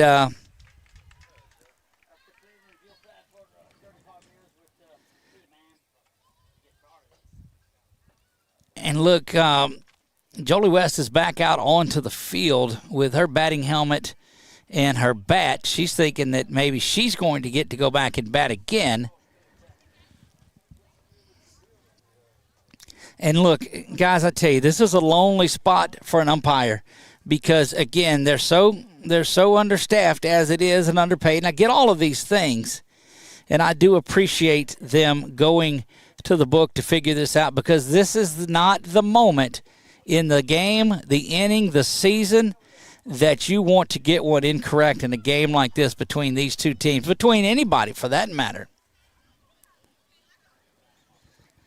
They continue to discuss things there, but Coach Alicia is not going to go anywhere. And what I think is going to happen is I don't know what's going to happen in this. Because if you're Coach Alicia, as soon as you get the resolution that you're looking for, which is the batter back in, the run to score, or even the out and the runner to score, you quit talking about it and go on. And I think she would be okay if she could get that run to stay there. But for this long of a continued discussion, and look, West is back out with a helmet and a bat, which is strange because she had went off a little bit earlier. And they are going to send Fontenot back to second. Vidrine, no, West is out. And I'll have to keep an eye in Game Changer and see if that run scores. Or maybe I can get Nick to look on to walk around and look on the scoreboard and see what they did with that run. But we'll get back to action here. And they're going to call the out, and so West is out. And look, she's still not done with it just yet. And this is one of those that I think you argue your point until you can't argue it anymore. You see Park and Albanian there. She and Sawyer throwing fake warm-up here between these two. And now, and look, that's how rough is that on Sawyer? She jumps up and gets the fake high throw. Boy, that's just tough. They get the fake ball thrown back in, and they have taken the run off the board. So, and let's see.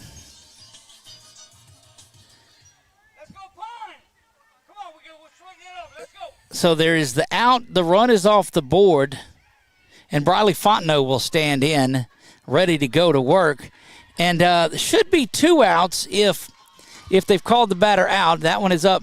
Nope, they put the runner back on and safe. And I'm going to tell you, that was never going to be called out. So they had runners at first and second. Josie was back on at second, so that's why there wasn't an out. And now we're all back to where we were, though, with Jolie West out. So 1-0. Menard leads this. Runners at second and third, and 1 out as Briley Fontenot takes the strike there. And needless to say, we're back. We're back in the action here. Fontenot hits that one off of the pole, bangs around, and it's back the other direction.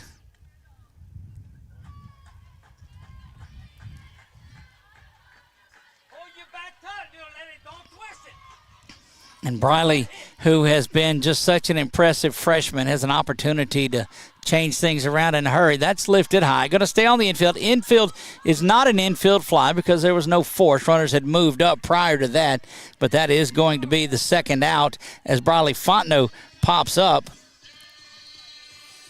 And look, I can tell you this is not going to be over. So you go back to that earlier play. The interference was called, and that made Jolie West out at home. It put the runners back to first and second. They have since moved up to second and third. And we'll get, you see the two base runners there, Fontenot and Vidrine. Swung on and missed and up and out of the zone, but Ortego is there swinging at that one for strike one. Runners have moved up 60 feet. They're at second and third here. All of this to say that we are in the bottom half of the fourth inning. 1-0. Lady Eagles lead this one. Methvin, after a long delay, rocks back and fires. That one is hammered out to the gap and is going to drop. One run is in. Another one coming around to score, and that is a 2 RBI single. Let's take a look at it again. Well, that one goes back a little bit further than what we wanted to go with it. So hopefully that'll catch back up. Dadgummit. That's not the one that we wanted, so let's quickly get out of that.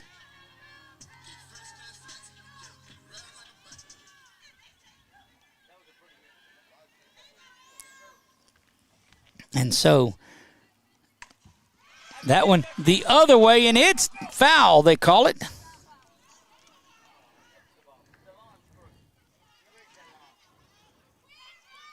So that'll put the runner back at second base. And let's get those runs on the board for the Lady Panthers, and there it is. Now you're ready, batter. Now you're ready. Get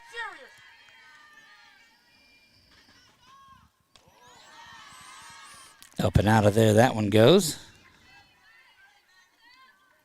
Jump, that's what I'm talking about. Turn the key. You gotta turn the key. Flip the key. Yeah. Oh, yeah, right there. Come around the other side. And I'm gonna put it here. 2 balls and a strike.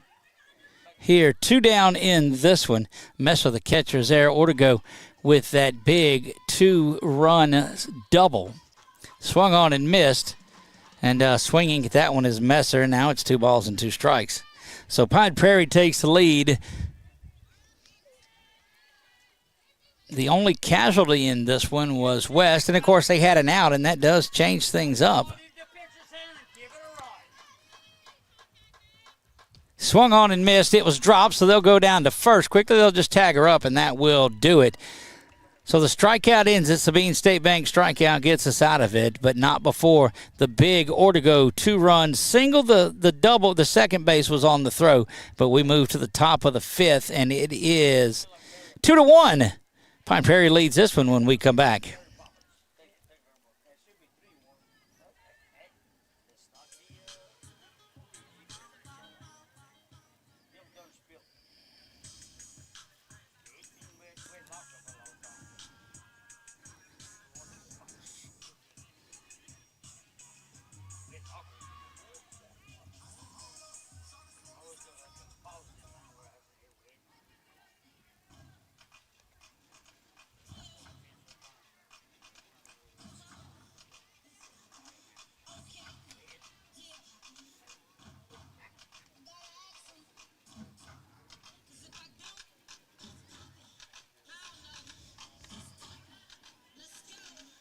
Pine Prairie, 3 up, 3 down, girl.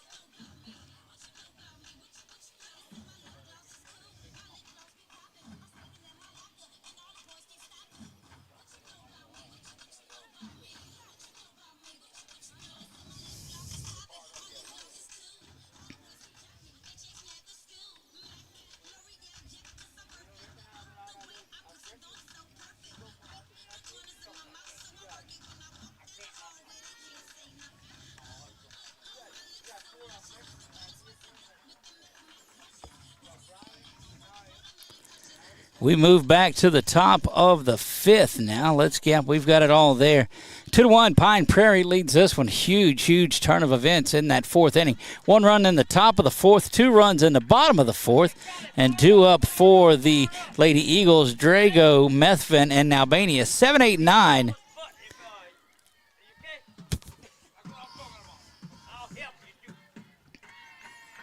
There you get a good look inside. That is Belle Drago that'll lead things off. Sun's starting to make its way down a little bit.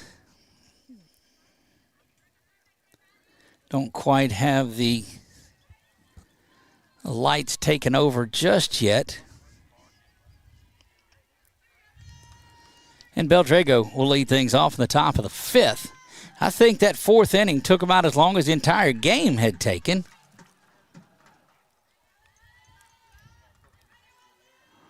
West now, after a long break, throws that one in there, strike one.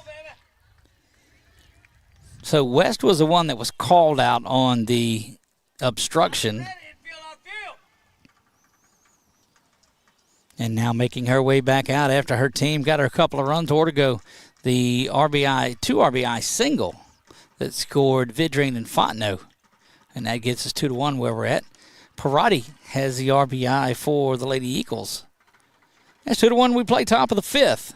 Again, I'm Doug Gann with 446 Sports, the Pelican Softball Report. Our 9 o'clock live may be pushed back a little bit now, as this one is rolling right along. We'll try to get on there for you. We've got a couple of guests scheduled for this evening. We'll talk about this game tonight, most definitely. That one misses low. And 2 balls and a strike. Well, if you're Jolie West, what you want to do here in this after you come back and get a couple of runs is come out and get a clean inning. Get your offense back and going. They seem to hit Methvin pretty well in that last inning. Jolie Roxback fires a changeup, and it's low and bounces up before it gets to the plate. 3 balls and a strike.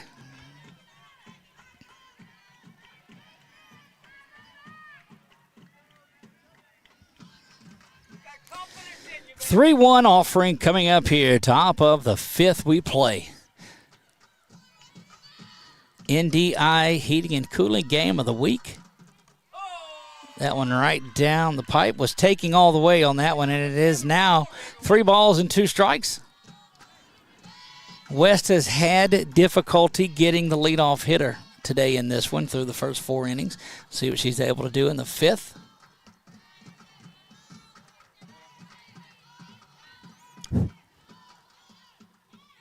Change-up misses, and it is away for ball 4. And a good take by Drago will get her on to first base. That one, we have seen West throw that for a strikeout pitch a couple of times today.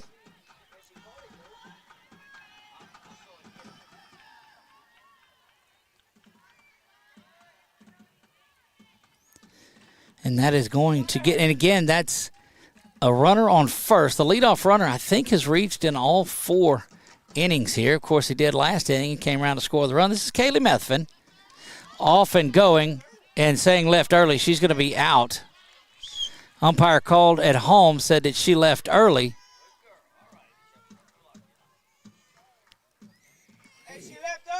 Somebody was shouting that she left early, and that's what I thought it was home plate that was saying that. I thought it was the official behind the plate that made that call. And he's going to go out and talk to his buddy. But quickly, Coach Alicia went out there, and I don't know that we had that shot on it at all. More than likely we didn't. Nope. All we go back is to where she was. But right now, Drago is at second base. But they were shouting she left early right away, and that call is not made. So that's got Drago at second base. And I think that might be just genuinely called each and every time. Kind of like the check swing by the hitter, but this is Kaylee Methvin that will step in. 0-1 to the senior pitcher, trying to get that equalizing run back. She gave up 2 runs in that last inning after her teammates had gotten her one in the top of the fourth, but we play top of the fifth here from Pine Prairie, Louisiana. Sun starting to finally make its way down a little bit. It'll be behind those trees beyond the football field momentarily. That one rolls around, and probably thinking better of that was Drago.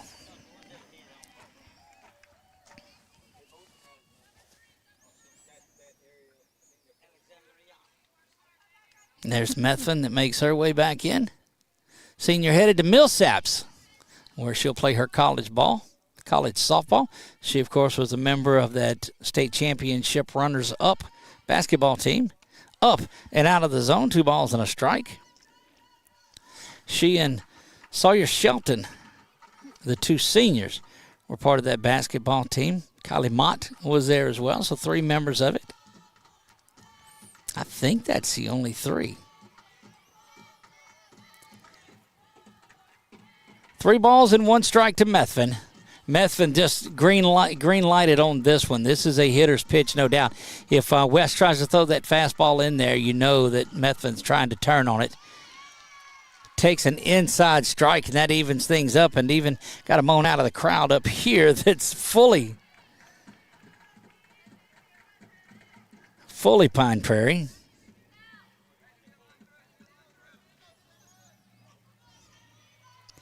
West now with an opportunity to get Methvin following a 3-1 offering that Methvin takes. It's not the one you wanted. You live to fight another day. There's that changeup. Misses on the inside, and that is ball 4. And you'll see her rock back and deliver this one here. That froze Kaylee. Ball 4 it is, and runners will be at first and second for Parker and Albanian, and that will signal that Sawyer Shelton, the top of the order, is on deck. Boy, this game, after being played brilliantly for 3 innings, has screeched to a halt here in the second 3 innings. We play in the top of the 5th. Coach Brad giving his signals in, and you got to think that and both teams are going to talk about this, because I got to believe the only signal you're signaling here to Albanian is to get this bunt down and lay it down and move your runners to second and third for Shelton.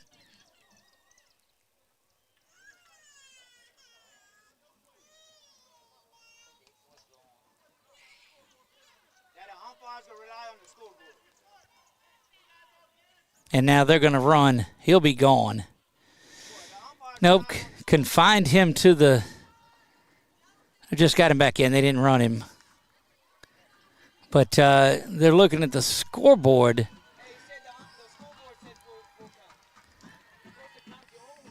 Three balls, 2 strikes here. Correction, this is Parker that's up, so we'll clear that. But yeah, it was a full count. It was 3 balls and 2 strikes. There's no doubt about it. Parker should be bunting in this, and look, if she goes right back to West, she'll glove it and probably have an opportunity to go to third. Squaring around, that one is fouled back. And look, you're going to get straight heat from Jolie West right here. She is going to bring the fastball. And I would look, if you're 7, you elevate a little bit too. You want to get that bunt popped up in the air.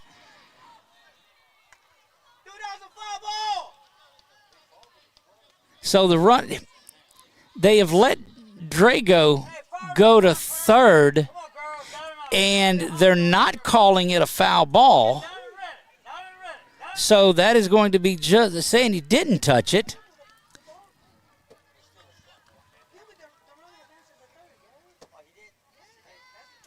And so now you've got runners at first and third, and expect Methvin to be off and running. That one fouled back unless it's not. Nothing in 2.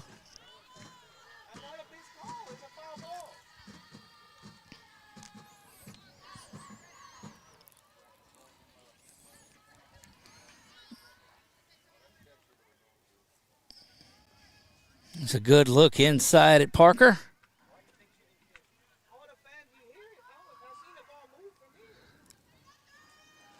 West will fire this one. That changeup, it is lifted to shortstop, firing back across the diamond, or looking to get the double play and unable to do so, but just good work.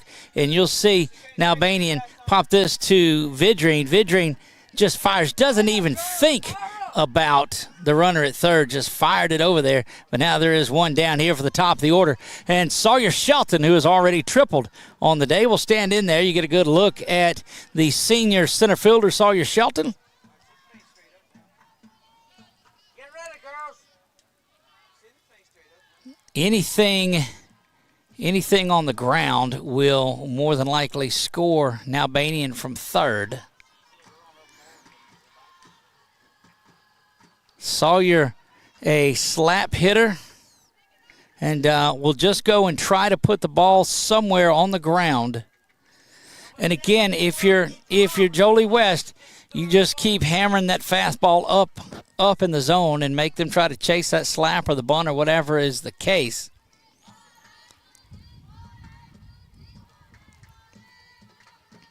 West now rocks back and delivers. That one right there slapped out in, and it's going to hit the gap. One run is around to score. Kaylee Methvin will hold up at third, and that is a double now for Sawyer Shelton.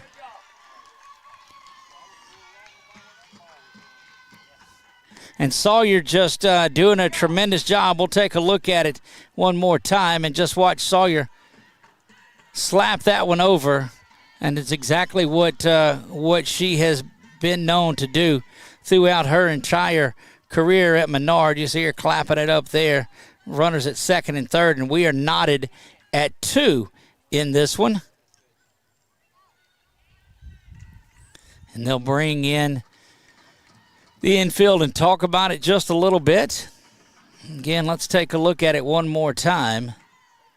And you'll see her just go with that pitch inside out, slaps that between Markle and Fontenot in left and center, respectively. They get it back in, but Shelton pleased with the double there. And back to work we go here. Now runners at second and third, and Emma Davis will step in.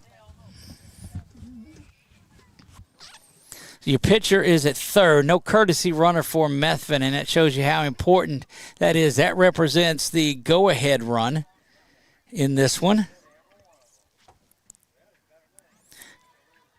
Emma Davis on the day, 0 for 2. Shelton, 2 for 3 with an RBI, a triple, and a double. Hey, sit play up a little. Not at the up. No, towards the back. Jolie will step back in. 2-2 we play. Squaring around for the bunt, nobody going anywhere. Methvin won't get off of third at all. And there you get a look at Shelton and Kaylee Methvin, the two seniors, trying to keep things going here for their Lady Eagles. It's the big one. Boy, after 3 innings, they're just scrapping at each other. There's that changeup that drifts back inside, and it is 2 balls and no strikes. 2 balls, 2 strikes, 2 runs for Holy Savior Menard, 2 runs for Pine Prairie. 1 out here.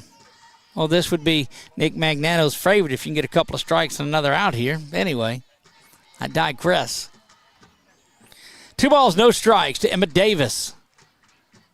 Emma lifts that one high. That will say Markle's going to grab it, and they're going to have a play at the plate. No, they cut it off and trying to get Shelton. She's in a rundown, but the run does score. Ball is on the ground, and they're calling safe. So the ball came out, and that's what the folks on that side don't see. But the ball did come out, and we'll take a look at it one more time. That shot lifted high. The ball is caught. And then coming up, and they cut the throw here, trying to get Shelton back at third base, and we saw just the run come home. But you'll see the ball come out right there as you see George grasping around for it. But that is the second out. The runner is just at second, so Sawyer doesn't go anywhere on that, and the run does come across. Methvin scores on just a loud, entertaining sac fly.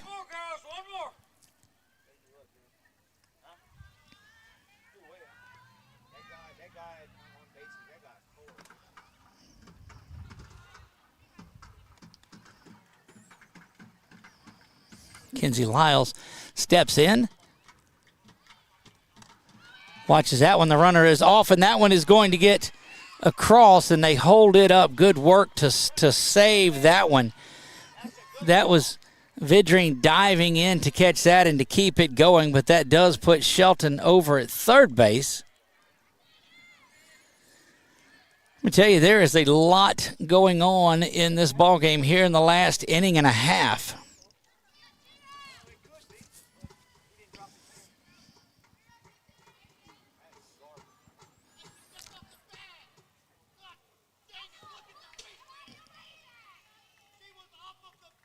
And it's getting loud on the side. Boy, that guy's horrible.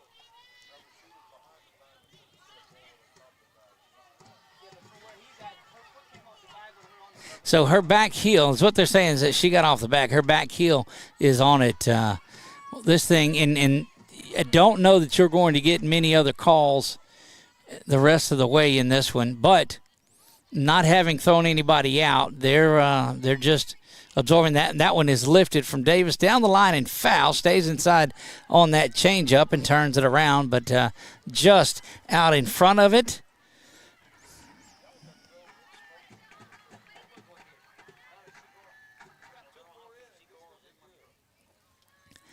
If you're just joining us, wow, you've missed an interesting inning and a half here. West trying to get out of trouble here, surrendered a couple of runs to give the lead back to the Lady Eagles. That one off the plate and misses there.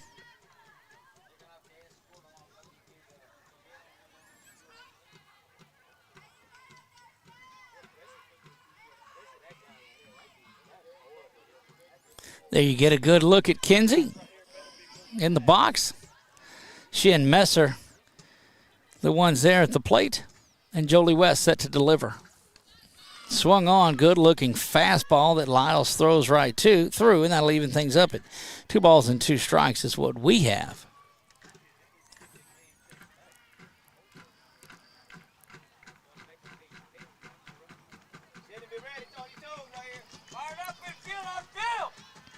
Sawyer Shelton is the runner at third. That one is fouled straight back. Boy, and Nick and I were sitting here talking about how this one was just rolling along, no score through 3. Lady Eagles put one up, and, boy, then the chaos ensued.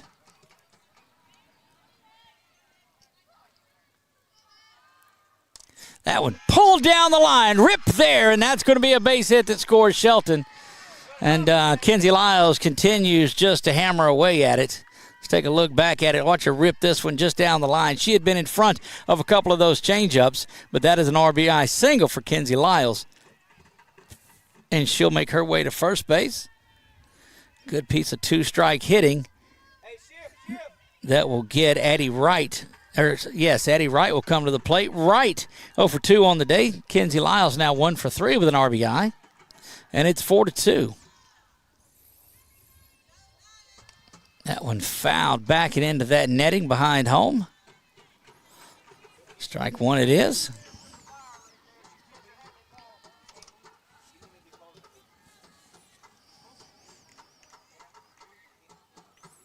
Lady Eagles looking to win a game and move up some, and we might delay our show tonight and do one overnight or in the morning, as we're not sure how long we'll be here. There's a throw down.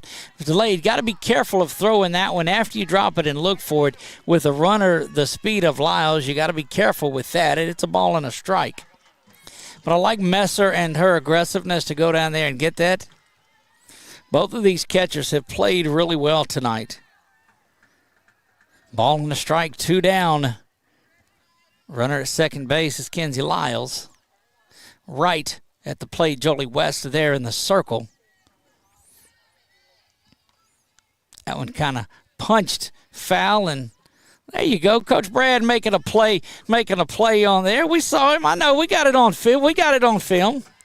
See, he's just checking to make sure that we've got an eye on things, and we definitely do. We only happen to show the ones that he booted last year, but he's been working in the offseason some, so good work by Coach Brad Turney.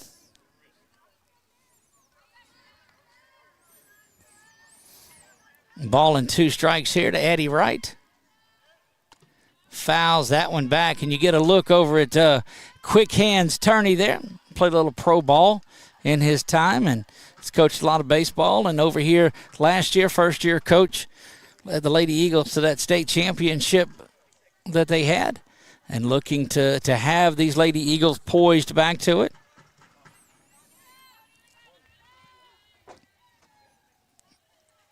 West rocks back and fires this one. It is again lifted foul and a ball and 2 strikes.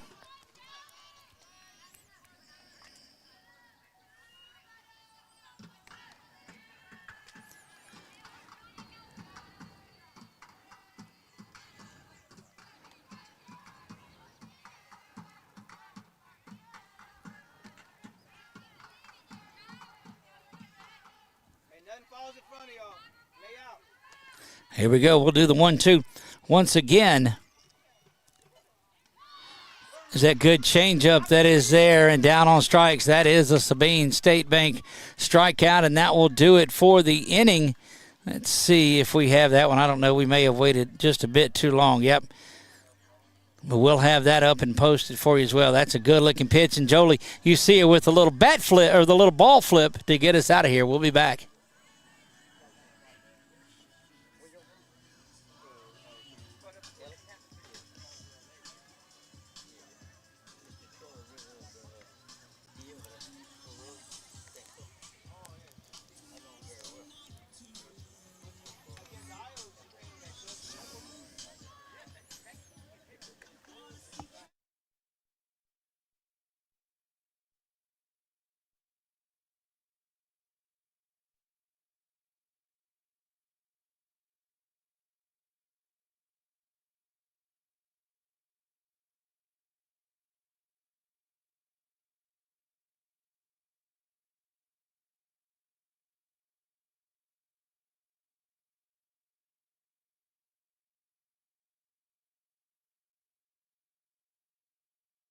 Back here we go in the bottom of the 5th inning. 4-2. Lady Eagles lead this one in what has been as interesting of a couple innings as I think you will ever find.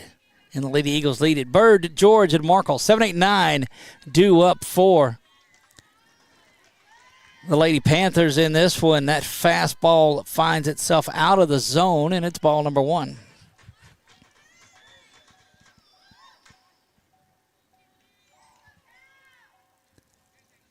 Callie Bird steps in from the left side. Hammers that one over into George on deck, and ouch. Ouch, that'll get you. Turns around, she's okay. May have hit that wall beside her, because if that ball hit her, she would have felt it a little more now. But needless to say, that evens things up. Had a ball and a strike.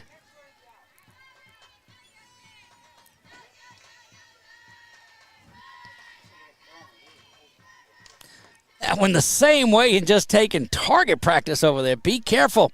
Be careful on deck. Ouch. And that's what happens when you got a fastball pitcher and a slap hitter from the left side. And look, they've taken George and put her on the other side, and that's probably a smart move. You see her on the other side of it, and that slap hitting and late hitting does that. It's a ball and 2 strikes. That one fouled off of Bird. Oh, a good thing that wall jumps out like it did. That was just Bird. Like there was a target on that wall, and she was aiming at it. She wasn't. Thankfully, that on-deck circle was up and out of the way, and George was able to stay away from getting hit with that, because that was 2 hard shots over there. I'll tell you, we talked to Coach Alicia about George, and she is just that kind of player. Comes from a long history of good softball players that have made their way through, good athletes through this school, and just says the most about her. There's a play to third across the diamond, and that will be out number 1. Good work by Lyles to gather this in at third base. And across she goes.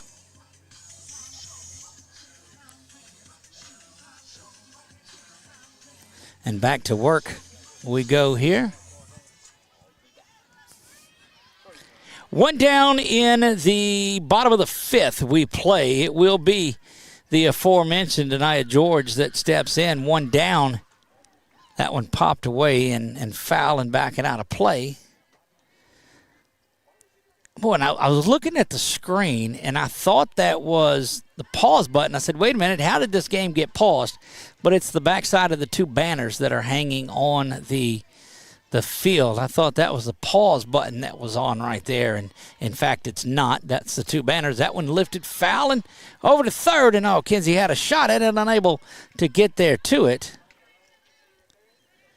And watch this one just get popped over to the right side. Kinsey Lyles gives chase, unable to get to it, and that is an 0-2 count. And back to live action we go.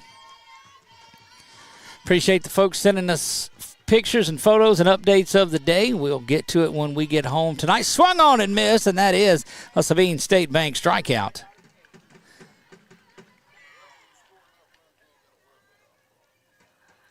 And that is 2 outs here. So you go by and you pick up a couple of runs. That's certainly what you want to do. We may end up pushing back our 9 o'clock show tonight. It may be one of those that doesn't happen this evening, although it might be late, 11 o'clock or so before we get on. We will get on sometime tonight and talk a little bit of softball.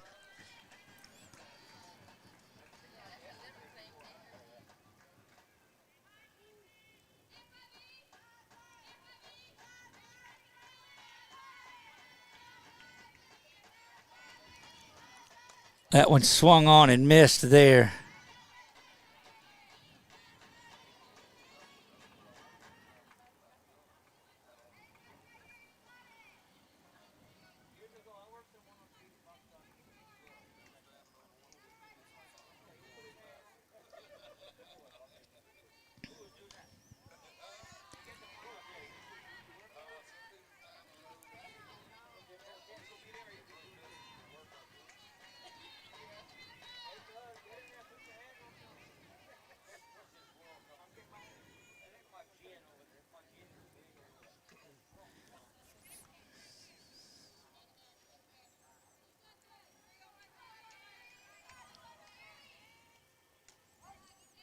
That one in there for the strike.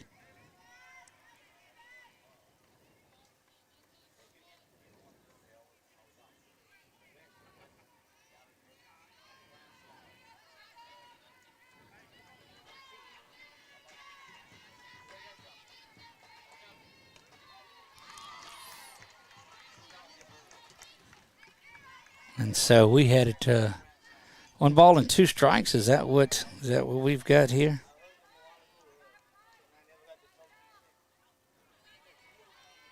Having to catch folks up on our we're not going to make the 9 o'clock live. That one is ground, bangs in foul and double hops there.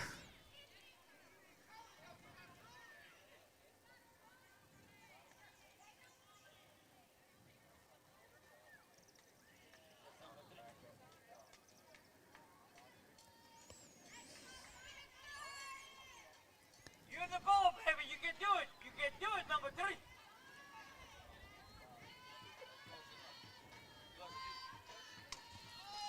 That one lifted, fouling down the line.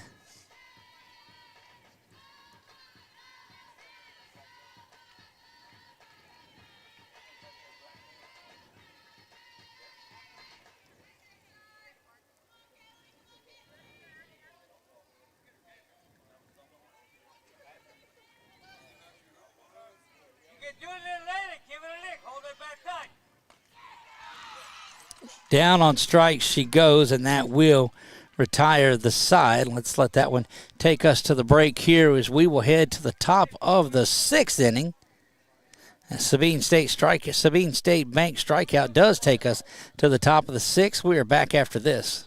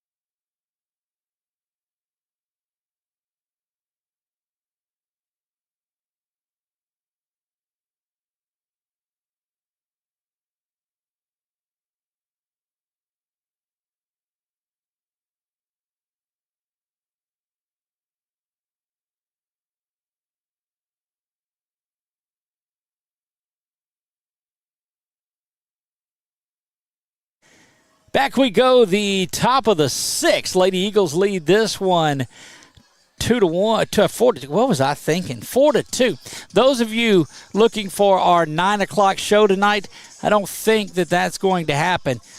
Stay tuned. Hit the follow button, the subscribe button, because sometime during tonight we're going to go live and we're going to talk about it. It might be midnight, might be 1 o'clock. I don't know when it's going to be, but we'll get some information and some updates as Jolie West finishes up her warm-up tosses. This getting out of this game is going to have us. This was a 5:30 start. We're a little over 2 hours. And I think we did the ultimate jinx in there and saying, oh, man, this game's rolling right along. And then, in effect, it didn't. Y'all ready to rumble? Let's do it. Talk 'em. Got it. Let's go. Infield on field. And that will get the Lady Eagles back up to the plate.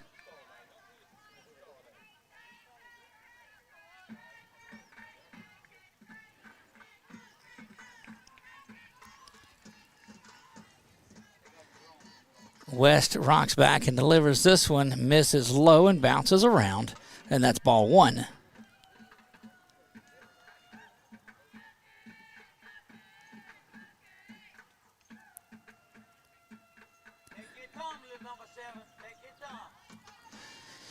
Jolie West in the circle has thrown a pretty good game on here. She has 6 strikeouts on the night, has allowed 3 earned runs. Back out for her 6th inning of work. That one up and out of the zone, ball 2. And that is pitch number 94 thrown by Jolie West tonight. West, 94 pitches. Just to look at the other side of it, Methvin has thrown just 74. So 20 pitches difference on there. 4 strikeouts, had a lot of ground balls. The 2 runs, both earned. And West will rock back and fire here. Swung on a 2-0 fastball that was up and out of there, and that is strike 1 to Kate Perotti. Perotti, the catcher, she has an RBI in this one.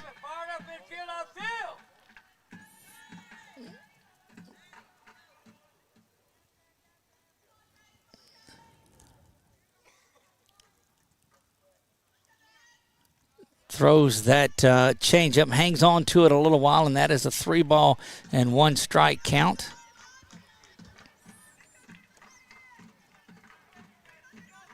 Hey, Pine Prairie, I came to cheer y'all on. Let's play ball, girls.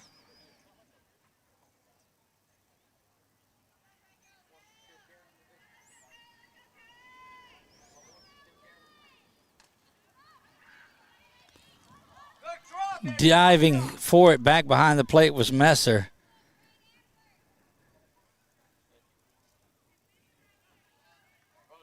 Blacking out your radio station, but it's all right, baby. Elvis is the king of rock and roll. Don't ever forget that. Back to work we go here, and tremendous play effort back behind the dish, and that even so that fills things up at 3 balls and 2 strikes to the Lady Eagles catcher, Kate Perotti. Perotti certainly respecting game back there on that hustle play by Messer. She was unable to grab it. West rocks back, delivers the full count offering. Changeup is pulled over there and gloved. Good looking work. And let's take a look back at that one more time, as it's just a shot over to shortstop. Hey, 15. Grabbing that and doing such tremendous work out at shortstop as she always does. That is Ortego that has made her way over, so I think she and now let's see where that's an out, needless to say. It's a good glove play over there by Ortego.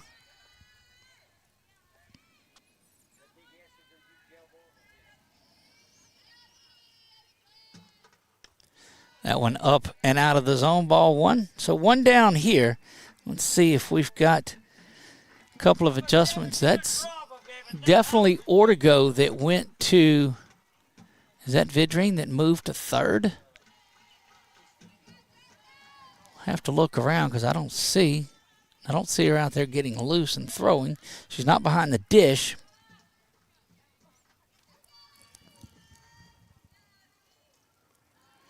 one rolls around, Messer will get up and grab that one and get it back in.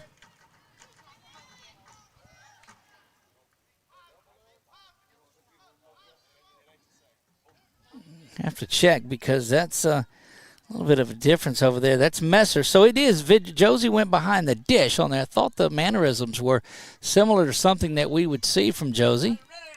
And it is. So Josie Vidrine back behind the dish. That one is hammered.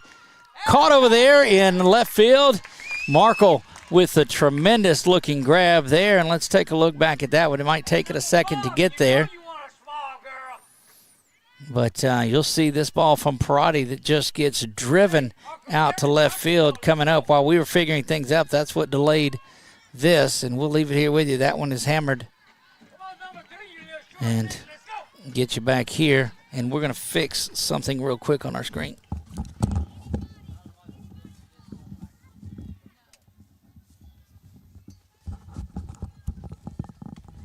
That one up and out of the zone. 2 down here.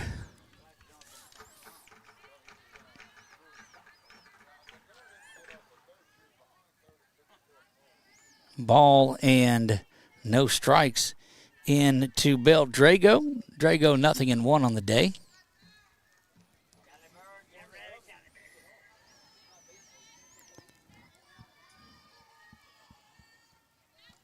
Swung on and missed through that one, and that's a ball into strike.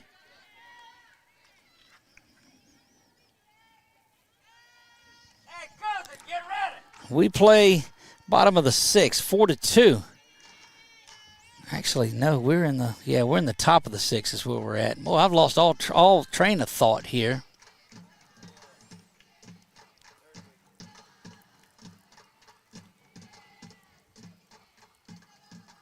Up and out of the zone. 2 balls and a strike.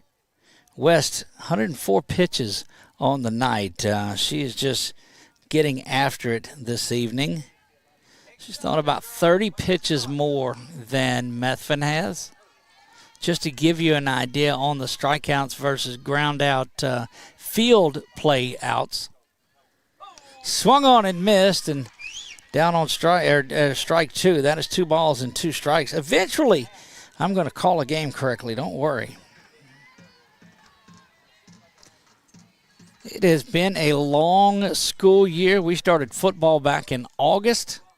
Through basketball and a few championships along the way. And here we are on the final day of the regular season in softball. Baseball ended a day ago. Brackets came out today. Where's your favorite team going? Have you taken a look at the brackets? Head on over to LHSAA.com and you can check all of that out. Here it is 3-2. Also, we'll have our bracket show tomorrow night. You'll be able to see that.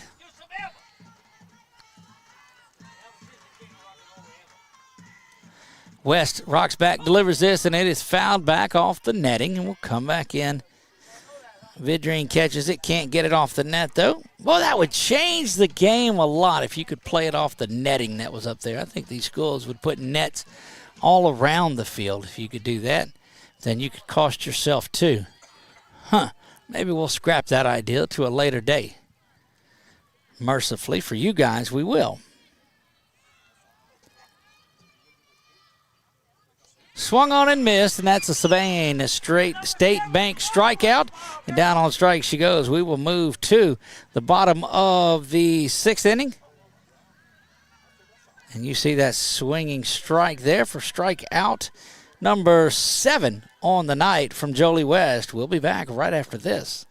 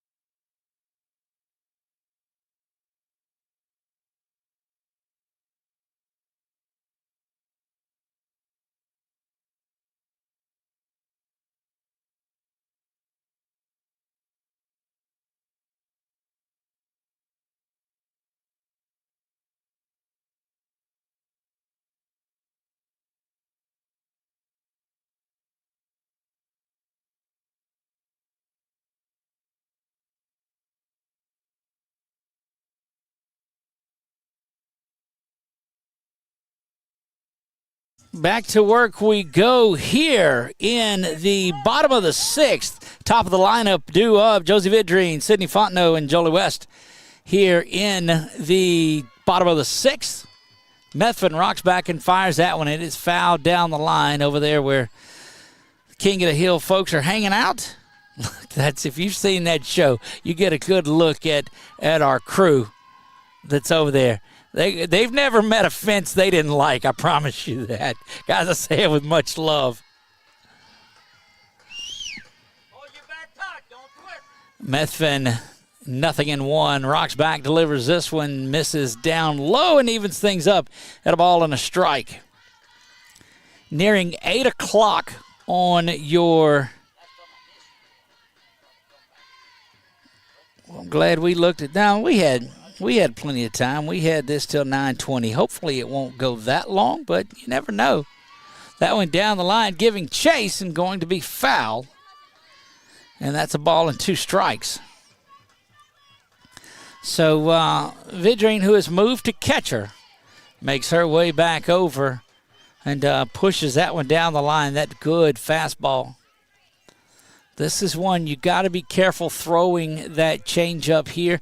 What that does is speed Vidrine's bat up just a little bit, and that's why I never liked throwing the changeup in this one. Maybe that high fastball. And that was it. It was a ground ball that's going to make it all the way out to center field, and Shelton has that one. And Josie Vidrine is on with a leadoff single here, and watch her just drive this one right back up the middle she goes.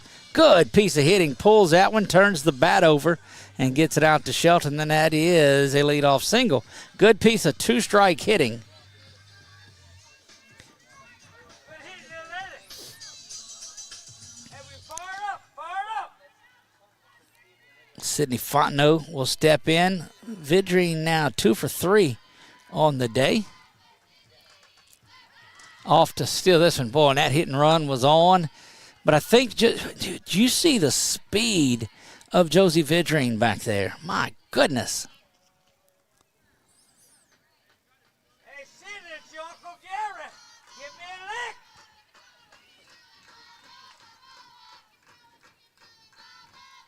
That one twisted foul as well.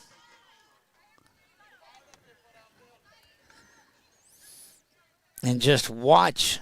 Well, that's 0-2. They are trying to get something going. Anything to the fence in the gap will get Vidrine home. You know that. She's going to be off and heading towards second base as well. There she goes, and that is a good piece of hit and run. 3 straight shots at it, and that is going to hold Josie up at second base. There you see Josie. But just a tremendous piece of hitting there by Sid. Sydney Fontenot gets that one to center fielder, and she has it. And quickly runners at first and second, bottom of the sixth. Nobody out for the big hitting Jolie West, who will try to get herself a couple of runs back. If you're Pine Prairie, you just want to find a way to scratch away 3 of them here and get back where you can come out in the 7th and shut the Lady Eagles down and get out of here with a win. Wasn't this where all of the hoo-ha started a couple of innings ago with Vidrine at second and West at Fontenot at third? I'd say it is. Expect Vidrine to be off and going again.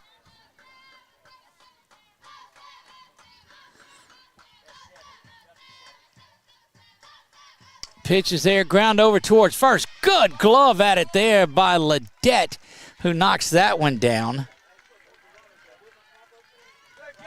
Watch this smash that goes over towards first base. Ledette backhands it, finds the bag, and gets on there.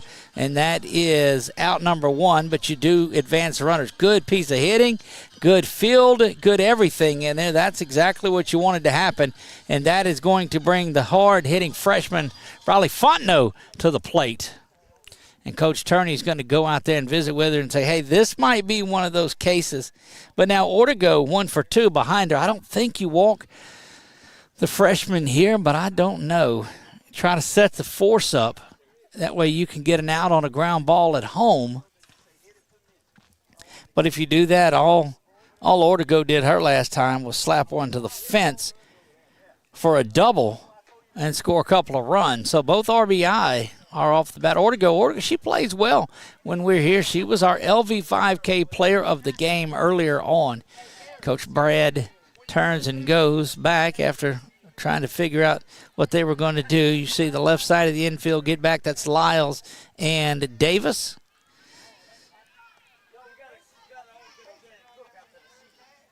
Runners at second and third. We'll take a look back at, there you see Fontenot at second base, Vidrine there. They both have the 2 runs earlier that scored, and this is Briley Fontenot who can, I'm telling you, can flat hammer the softball.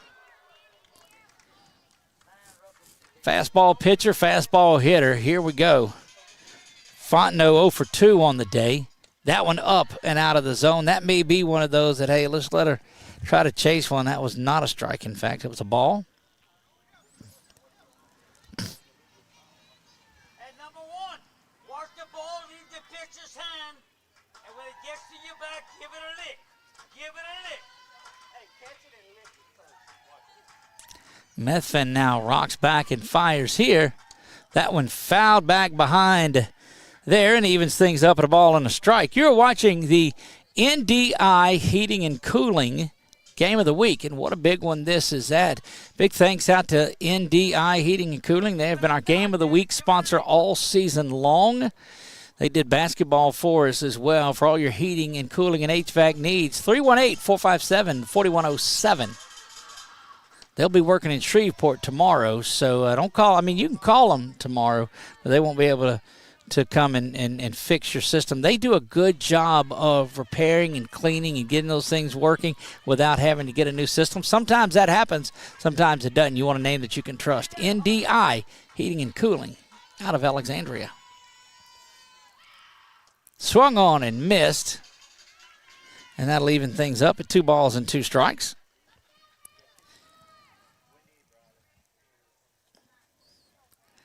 Ortego, who was 1 for 2, sits behind Fontenot.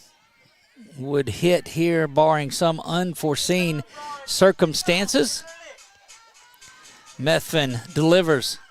That one poked out towards first base. Ledette's going to turn around and grab it. So she's made a couple of plays this inning. We'll turn and look at that one more time. As you see, she just tried to poke something and foul it off once again. But there's Ledette to gather that in, and now there are 2 strikes and out away from really getting out of this and wasting a big chance here. But Ella Ortego, 1 for 2, 2 RBI on the night, steps in. The young lady poised and ready to go. There you look at the runners on base. Protect your plate, baby.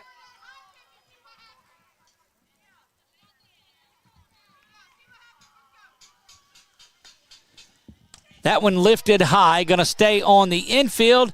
Methvin goes over and gets it herself, and that will retire the side. We'll take one more look at it, and this is a first pitch fly out to the pitcher. Methvin calling it right away, and you saw how high it went against that Pine Prairie sky. He get a couple of runners on, nobody out. Unable to get one across, and that will get us to the top of the 7th. 1 inning to go in the 2026 regular season. Menard leads this one 4-2 when we return.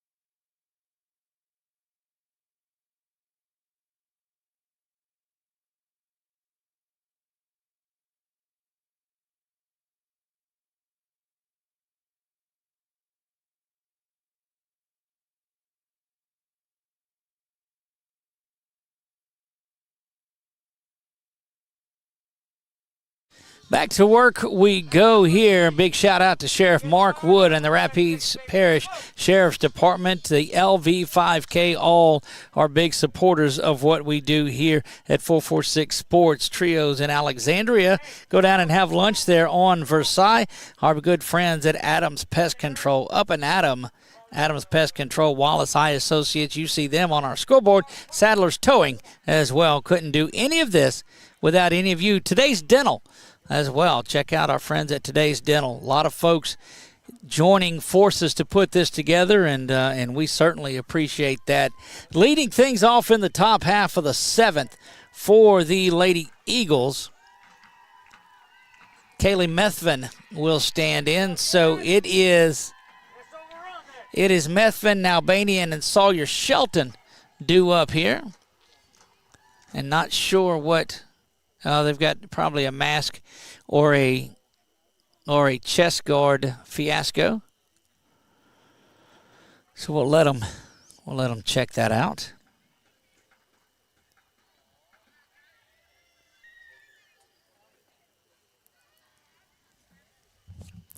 Getting a new helmet, it looks like, for Vidrine.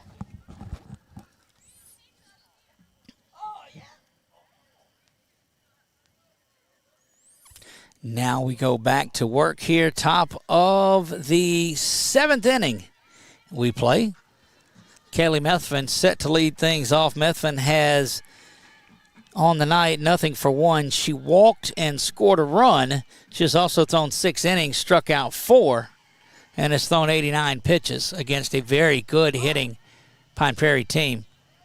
Takes that one inside for ball 1. Look at the other way. Methvin's thrown 89 pitches, and West is at 108 on the night as she starts her 7th inning of work. But look, she is used to throwing it. She's a catcher for a lot of the season and used to throwing it every single time. West rocks back and fires this one. Good fastball goes right by Methvin. That's what we've seen. I've been very impressed with the right arm of Jolie West. Change at catcher. Vidrine goes from shortstop behind the dish.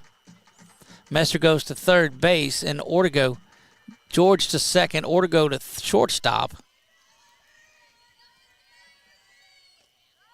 That one misses inside and low, so 2 balls and a strike.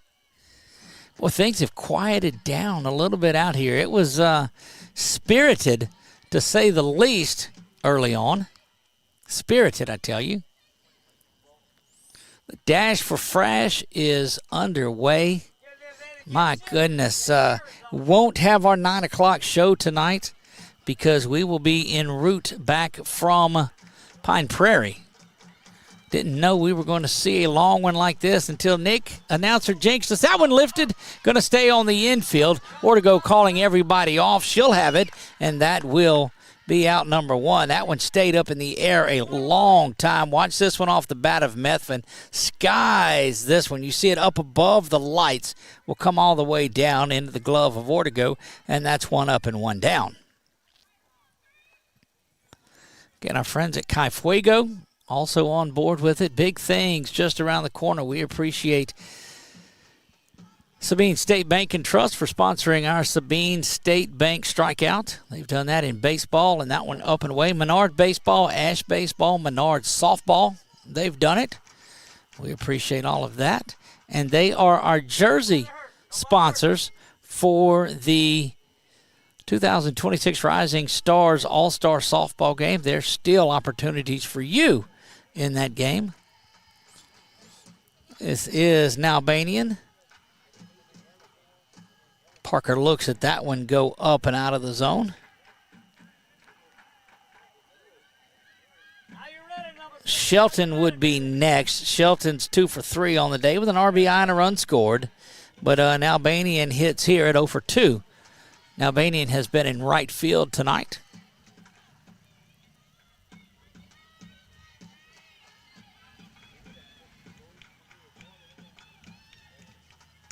That one lined foul.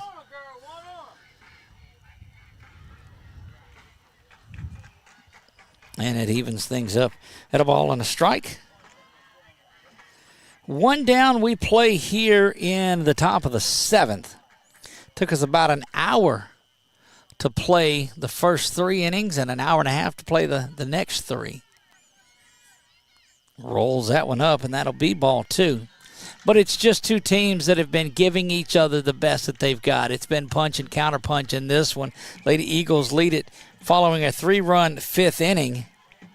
They lead it 4-2. Just 3 hits on the night. 7 hits in between the two teams.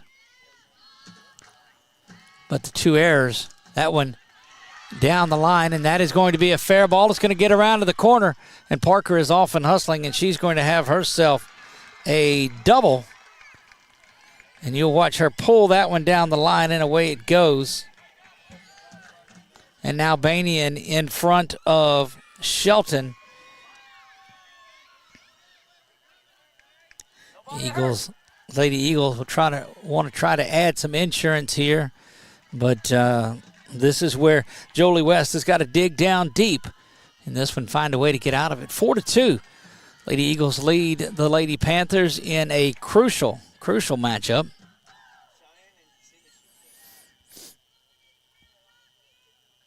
West ducks in here. Rock back and fire, and Shelton runs through ball 1.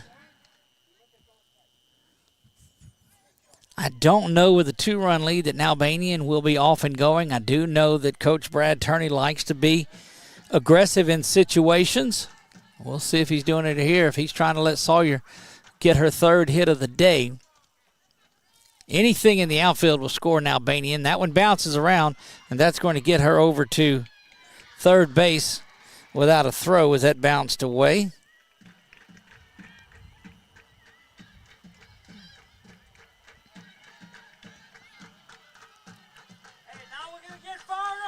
Boy, you're looking at body language out there too, and I'm afraid that a base knock here or anything might deflate this Pine Prairie team. But boy, they're so resilient.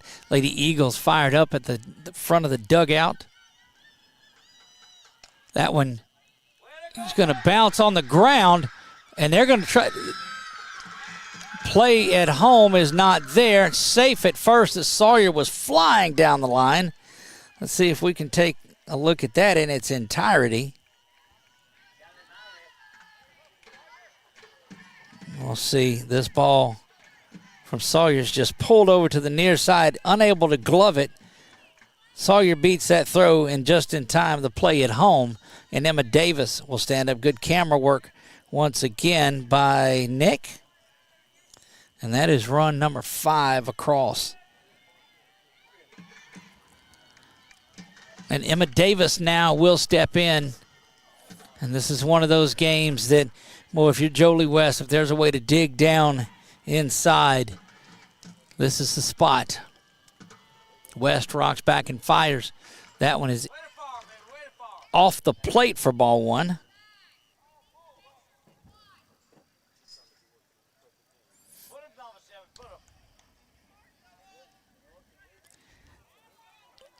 Davis on the day, 0 for 3. She does have an RBI. She struck out a couple of times in this one. Expect Shelton to be off and going pretty quickly. West will rock back and fire this one. That one up and out of the zone. And Sawyer content to stay there. Again, I don't think Coach Turney wants to run himself out of anything. Give her a good target, catcher. Pitcher, you're in control, baby. 2 balls, no strikes, 1 down. Come on, y'all get fired up. That one lifted, going to stay on the infield, giving chase as Ortego, but that's going to get Sawyer back to first. Good catch, 50. And Ortego able to pull that down for out number 2. And that's an 0 for 3 night for Emma Davis. And Kenzie Lyles, who has an RBI to run scored, pulled that one down the line earlier, down the third base line.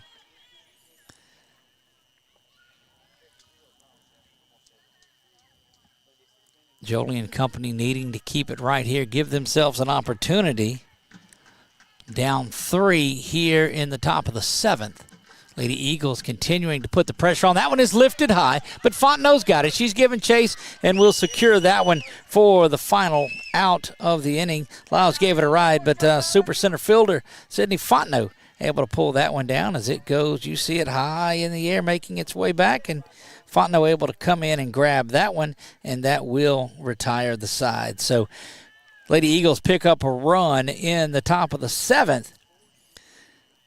Messer, Bird, and George, all 3 0 for 2. But if you can get a little brewing there, get back to the top of the lineup, Lady Panthers have an opportunity. Kaylee Methvin and company looking to shut this down and maybe climb up a little bit in the rankings. We'll be back right after this.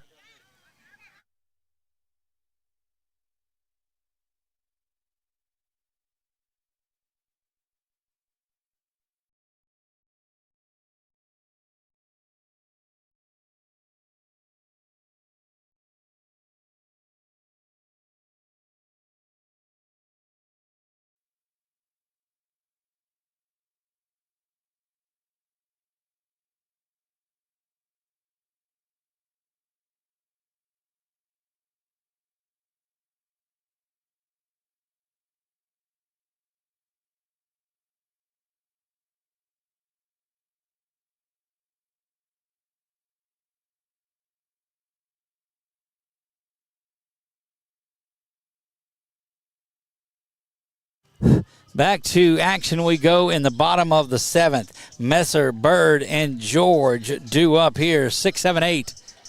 So you got to get some things strung together against Kaylee, who has just been solid on the afternoon. Kaylee Methvin, 6 innings, 4 hits, 2 runs, both earned, 1 walk, and 4 strikeouts. Only 89 pitches thrown on the day. You see her rock back and fire this one up and out of the zone for ball 1. Messer's got to find a way to get on base. Kaylee doing everything she can to prevent that. You see Addie right there at second base. Enjoyed this evening here. We saw this game when the schedule came out. That one lifted, fouled back. When the schedule came out, we said, look, we're going to be there on the season finale here. Both of these teams we cover a lot during the season. Menard right there by the house, and Pine Prairie right up the road, not too far, and pretty good boot in. Don't twist your bat, baby. Hold it tight. Give it a lick. That one ground over to third base, bobbled around there by Lyles, and will get into the outfield for an error to lead things off, and that does put Messer on. And they tell you from day one, just find a way. That's what you want to do, and that's what Messer did. We'll get a look at her and see if they'll run. Well, she's not the catcher anymore, so they won't run for her, but that's a good look there at Messer, who is on with the leadoff error. And then a look inside at Bird.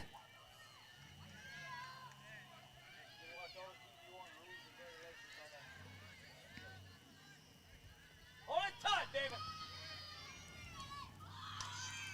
That ground ball is over to first, and they're calling a foul ball, so Ledette was there to grab it, but nothing doing.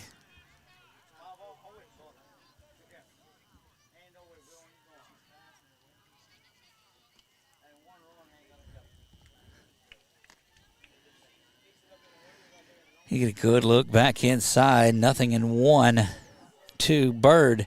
It would be Bird and Markle due up next, or Bird and George due up next. So 6, 7, 8.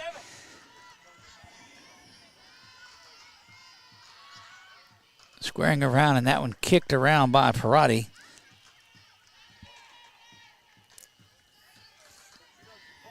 And look, it is tough bunting one against the fastball pitching of Methvin, and Methvin will continue to run the ladder up on you if you're trying to bunt it.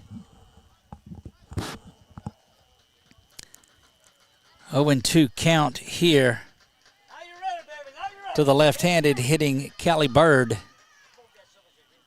That one lifted, hammered down the line, but right into the bell of Drago. She's got it, and they'll get the ball back in pretty quickly, and that is the first out of the inning. You see it up in the air, and Bell doing a good job of getting that ball in back to the cut, and Davis runs it up, and here we are at Anaya George that steps in.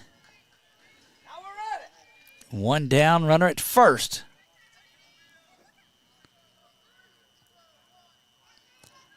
At this point, if you're the Eagles, you'll start trading outs for advancement. That one's up in the air.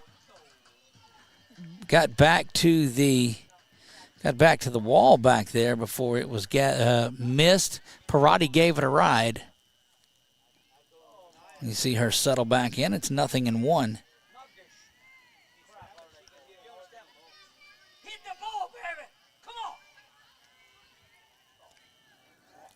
I don't know where he gets these techniques from. Lord have mercy. Methvin now 0-1 to George. George stands in. Runner at first is Messer. Grounds that one. Foul down the line, is going to hit the fence, and that is behind now 0-2. And Methvin can throw just about whatever she wants to, so George has to be careful here. Protect anything close but not chase. This is where she likes to throw that pitch up and out of the zone. Rocks back the 0-2. This one instead was low. And a good piece of hitting that one off for George, being able to foul it off and stay alive for another one. And that sends Messer back to first. Hey, little lady, protect your plate. Hold that bat tight. Give it a lick. Methvin, that one up the middle. She'll go over to first, and that is out number 2. Thought about going into second, but didn't have the chance to do that. And watch this one just come right back to Methvin. Thinks about second base, not enough time, whirls and throws, and now there are 2 down with a runner at second.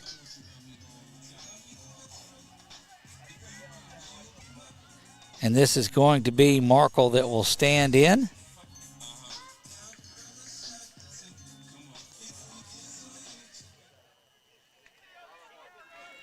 Cheyenne Markle, we saw her out here a lot. That one up and out of the zone. You just, in softball, you just need an out, and that's what they've got here. Does Pine Prairie, looking to keep something going. Methvin, though, closes the door as well as anybody does. Methvin quickly gets back in there, and that one is lifted up. Methvin going to take it herself, and that will finish things off. And the Lady Eagles finish the regular season on a high note. And just watch this final out of the game. It's going to go over there. Methvin had it, locked it up, and that is going to do it for the ball game tonight. You'll see the Lady Eagles start to make their way out to the middle of the field. Pine Prairie going to meet them there, and you'll see the Fives come across, and they will circle there for the prayer that ends it, and that's what is good about softball. There's no doubt about it as they finish things up that way. 5-2, your final here from Pine Prairie. That will end the regular season for both of these teams. They'll await their bracket destination, which is coming tomorrow. Tune in at 7 p.m. right here on 446 Sports. You can see it on YouTube. You can see it on Twitter. It'll be on our Facebook page, but just make sure that you get there. And we're going to tell you how every bracket is going to shake out. Division 1, we're not going to go line by line through the brackets, but we're going to tell you in Division 1, 2, 3, and 4, select and non-select. And let's get a little look at the Lady Eagles as they make their way back over here. And tremendous work here in our NDI game of the week. And, guys, it has been a pleasure here in this regular season. Our LV 5K player of the game tonight. Back-to-back nights, it is Sawyer Shelton. Sawyer Shelton just had a big game. Led this thing off with a triple. She had a triple and a double on the night. Scored a run, had an RBI. And when she sets the tone, big things happen. That'll wrap it up for us here. 5-2, your final. Keep an eye sometime tonight. I can neither confirm nor deny that we might pop up at 11:30, midnight, sometime on there tonight and just talk a little bit of softball. we might just go to sleep and get ready for a big Dash for Fresh playoff push on there. Guys, it has been our pleasure this regular season. Thanks to everybody that supported what we did and continue throughout the playoffs. But that is going to wrap things up for us. For my man Nick Morrow, I am Doug Gann. Let's see if we're going to get their attention. I don't know that we will from over here. Well, anyway, they're fine just how they are. That's going to wrap things up. Menard finishes this one off on the road with the victory, 5-2. Coach Brad Turney, Coach Alicia Abear exchanging pleasantries there, and watch Coach Brad Turney make his way into the. He's got to get back, though, so he can slide into this. This is something that he started doing.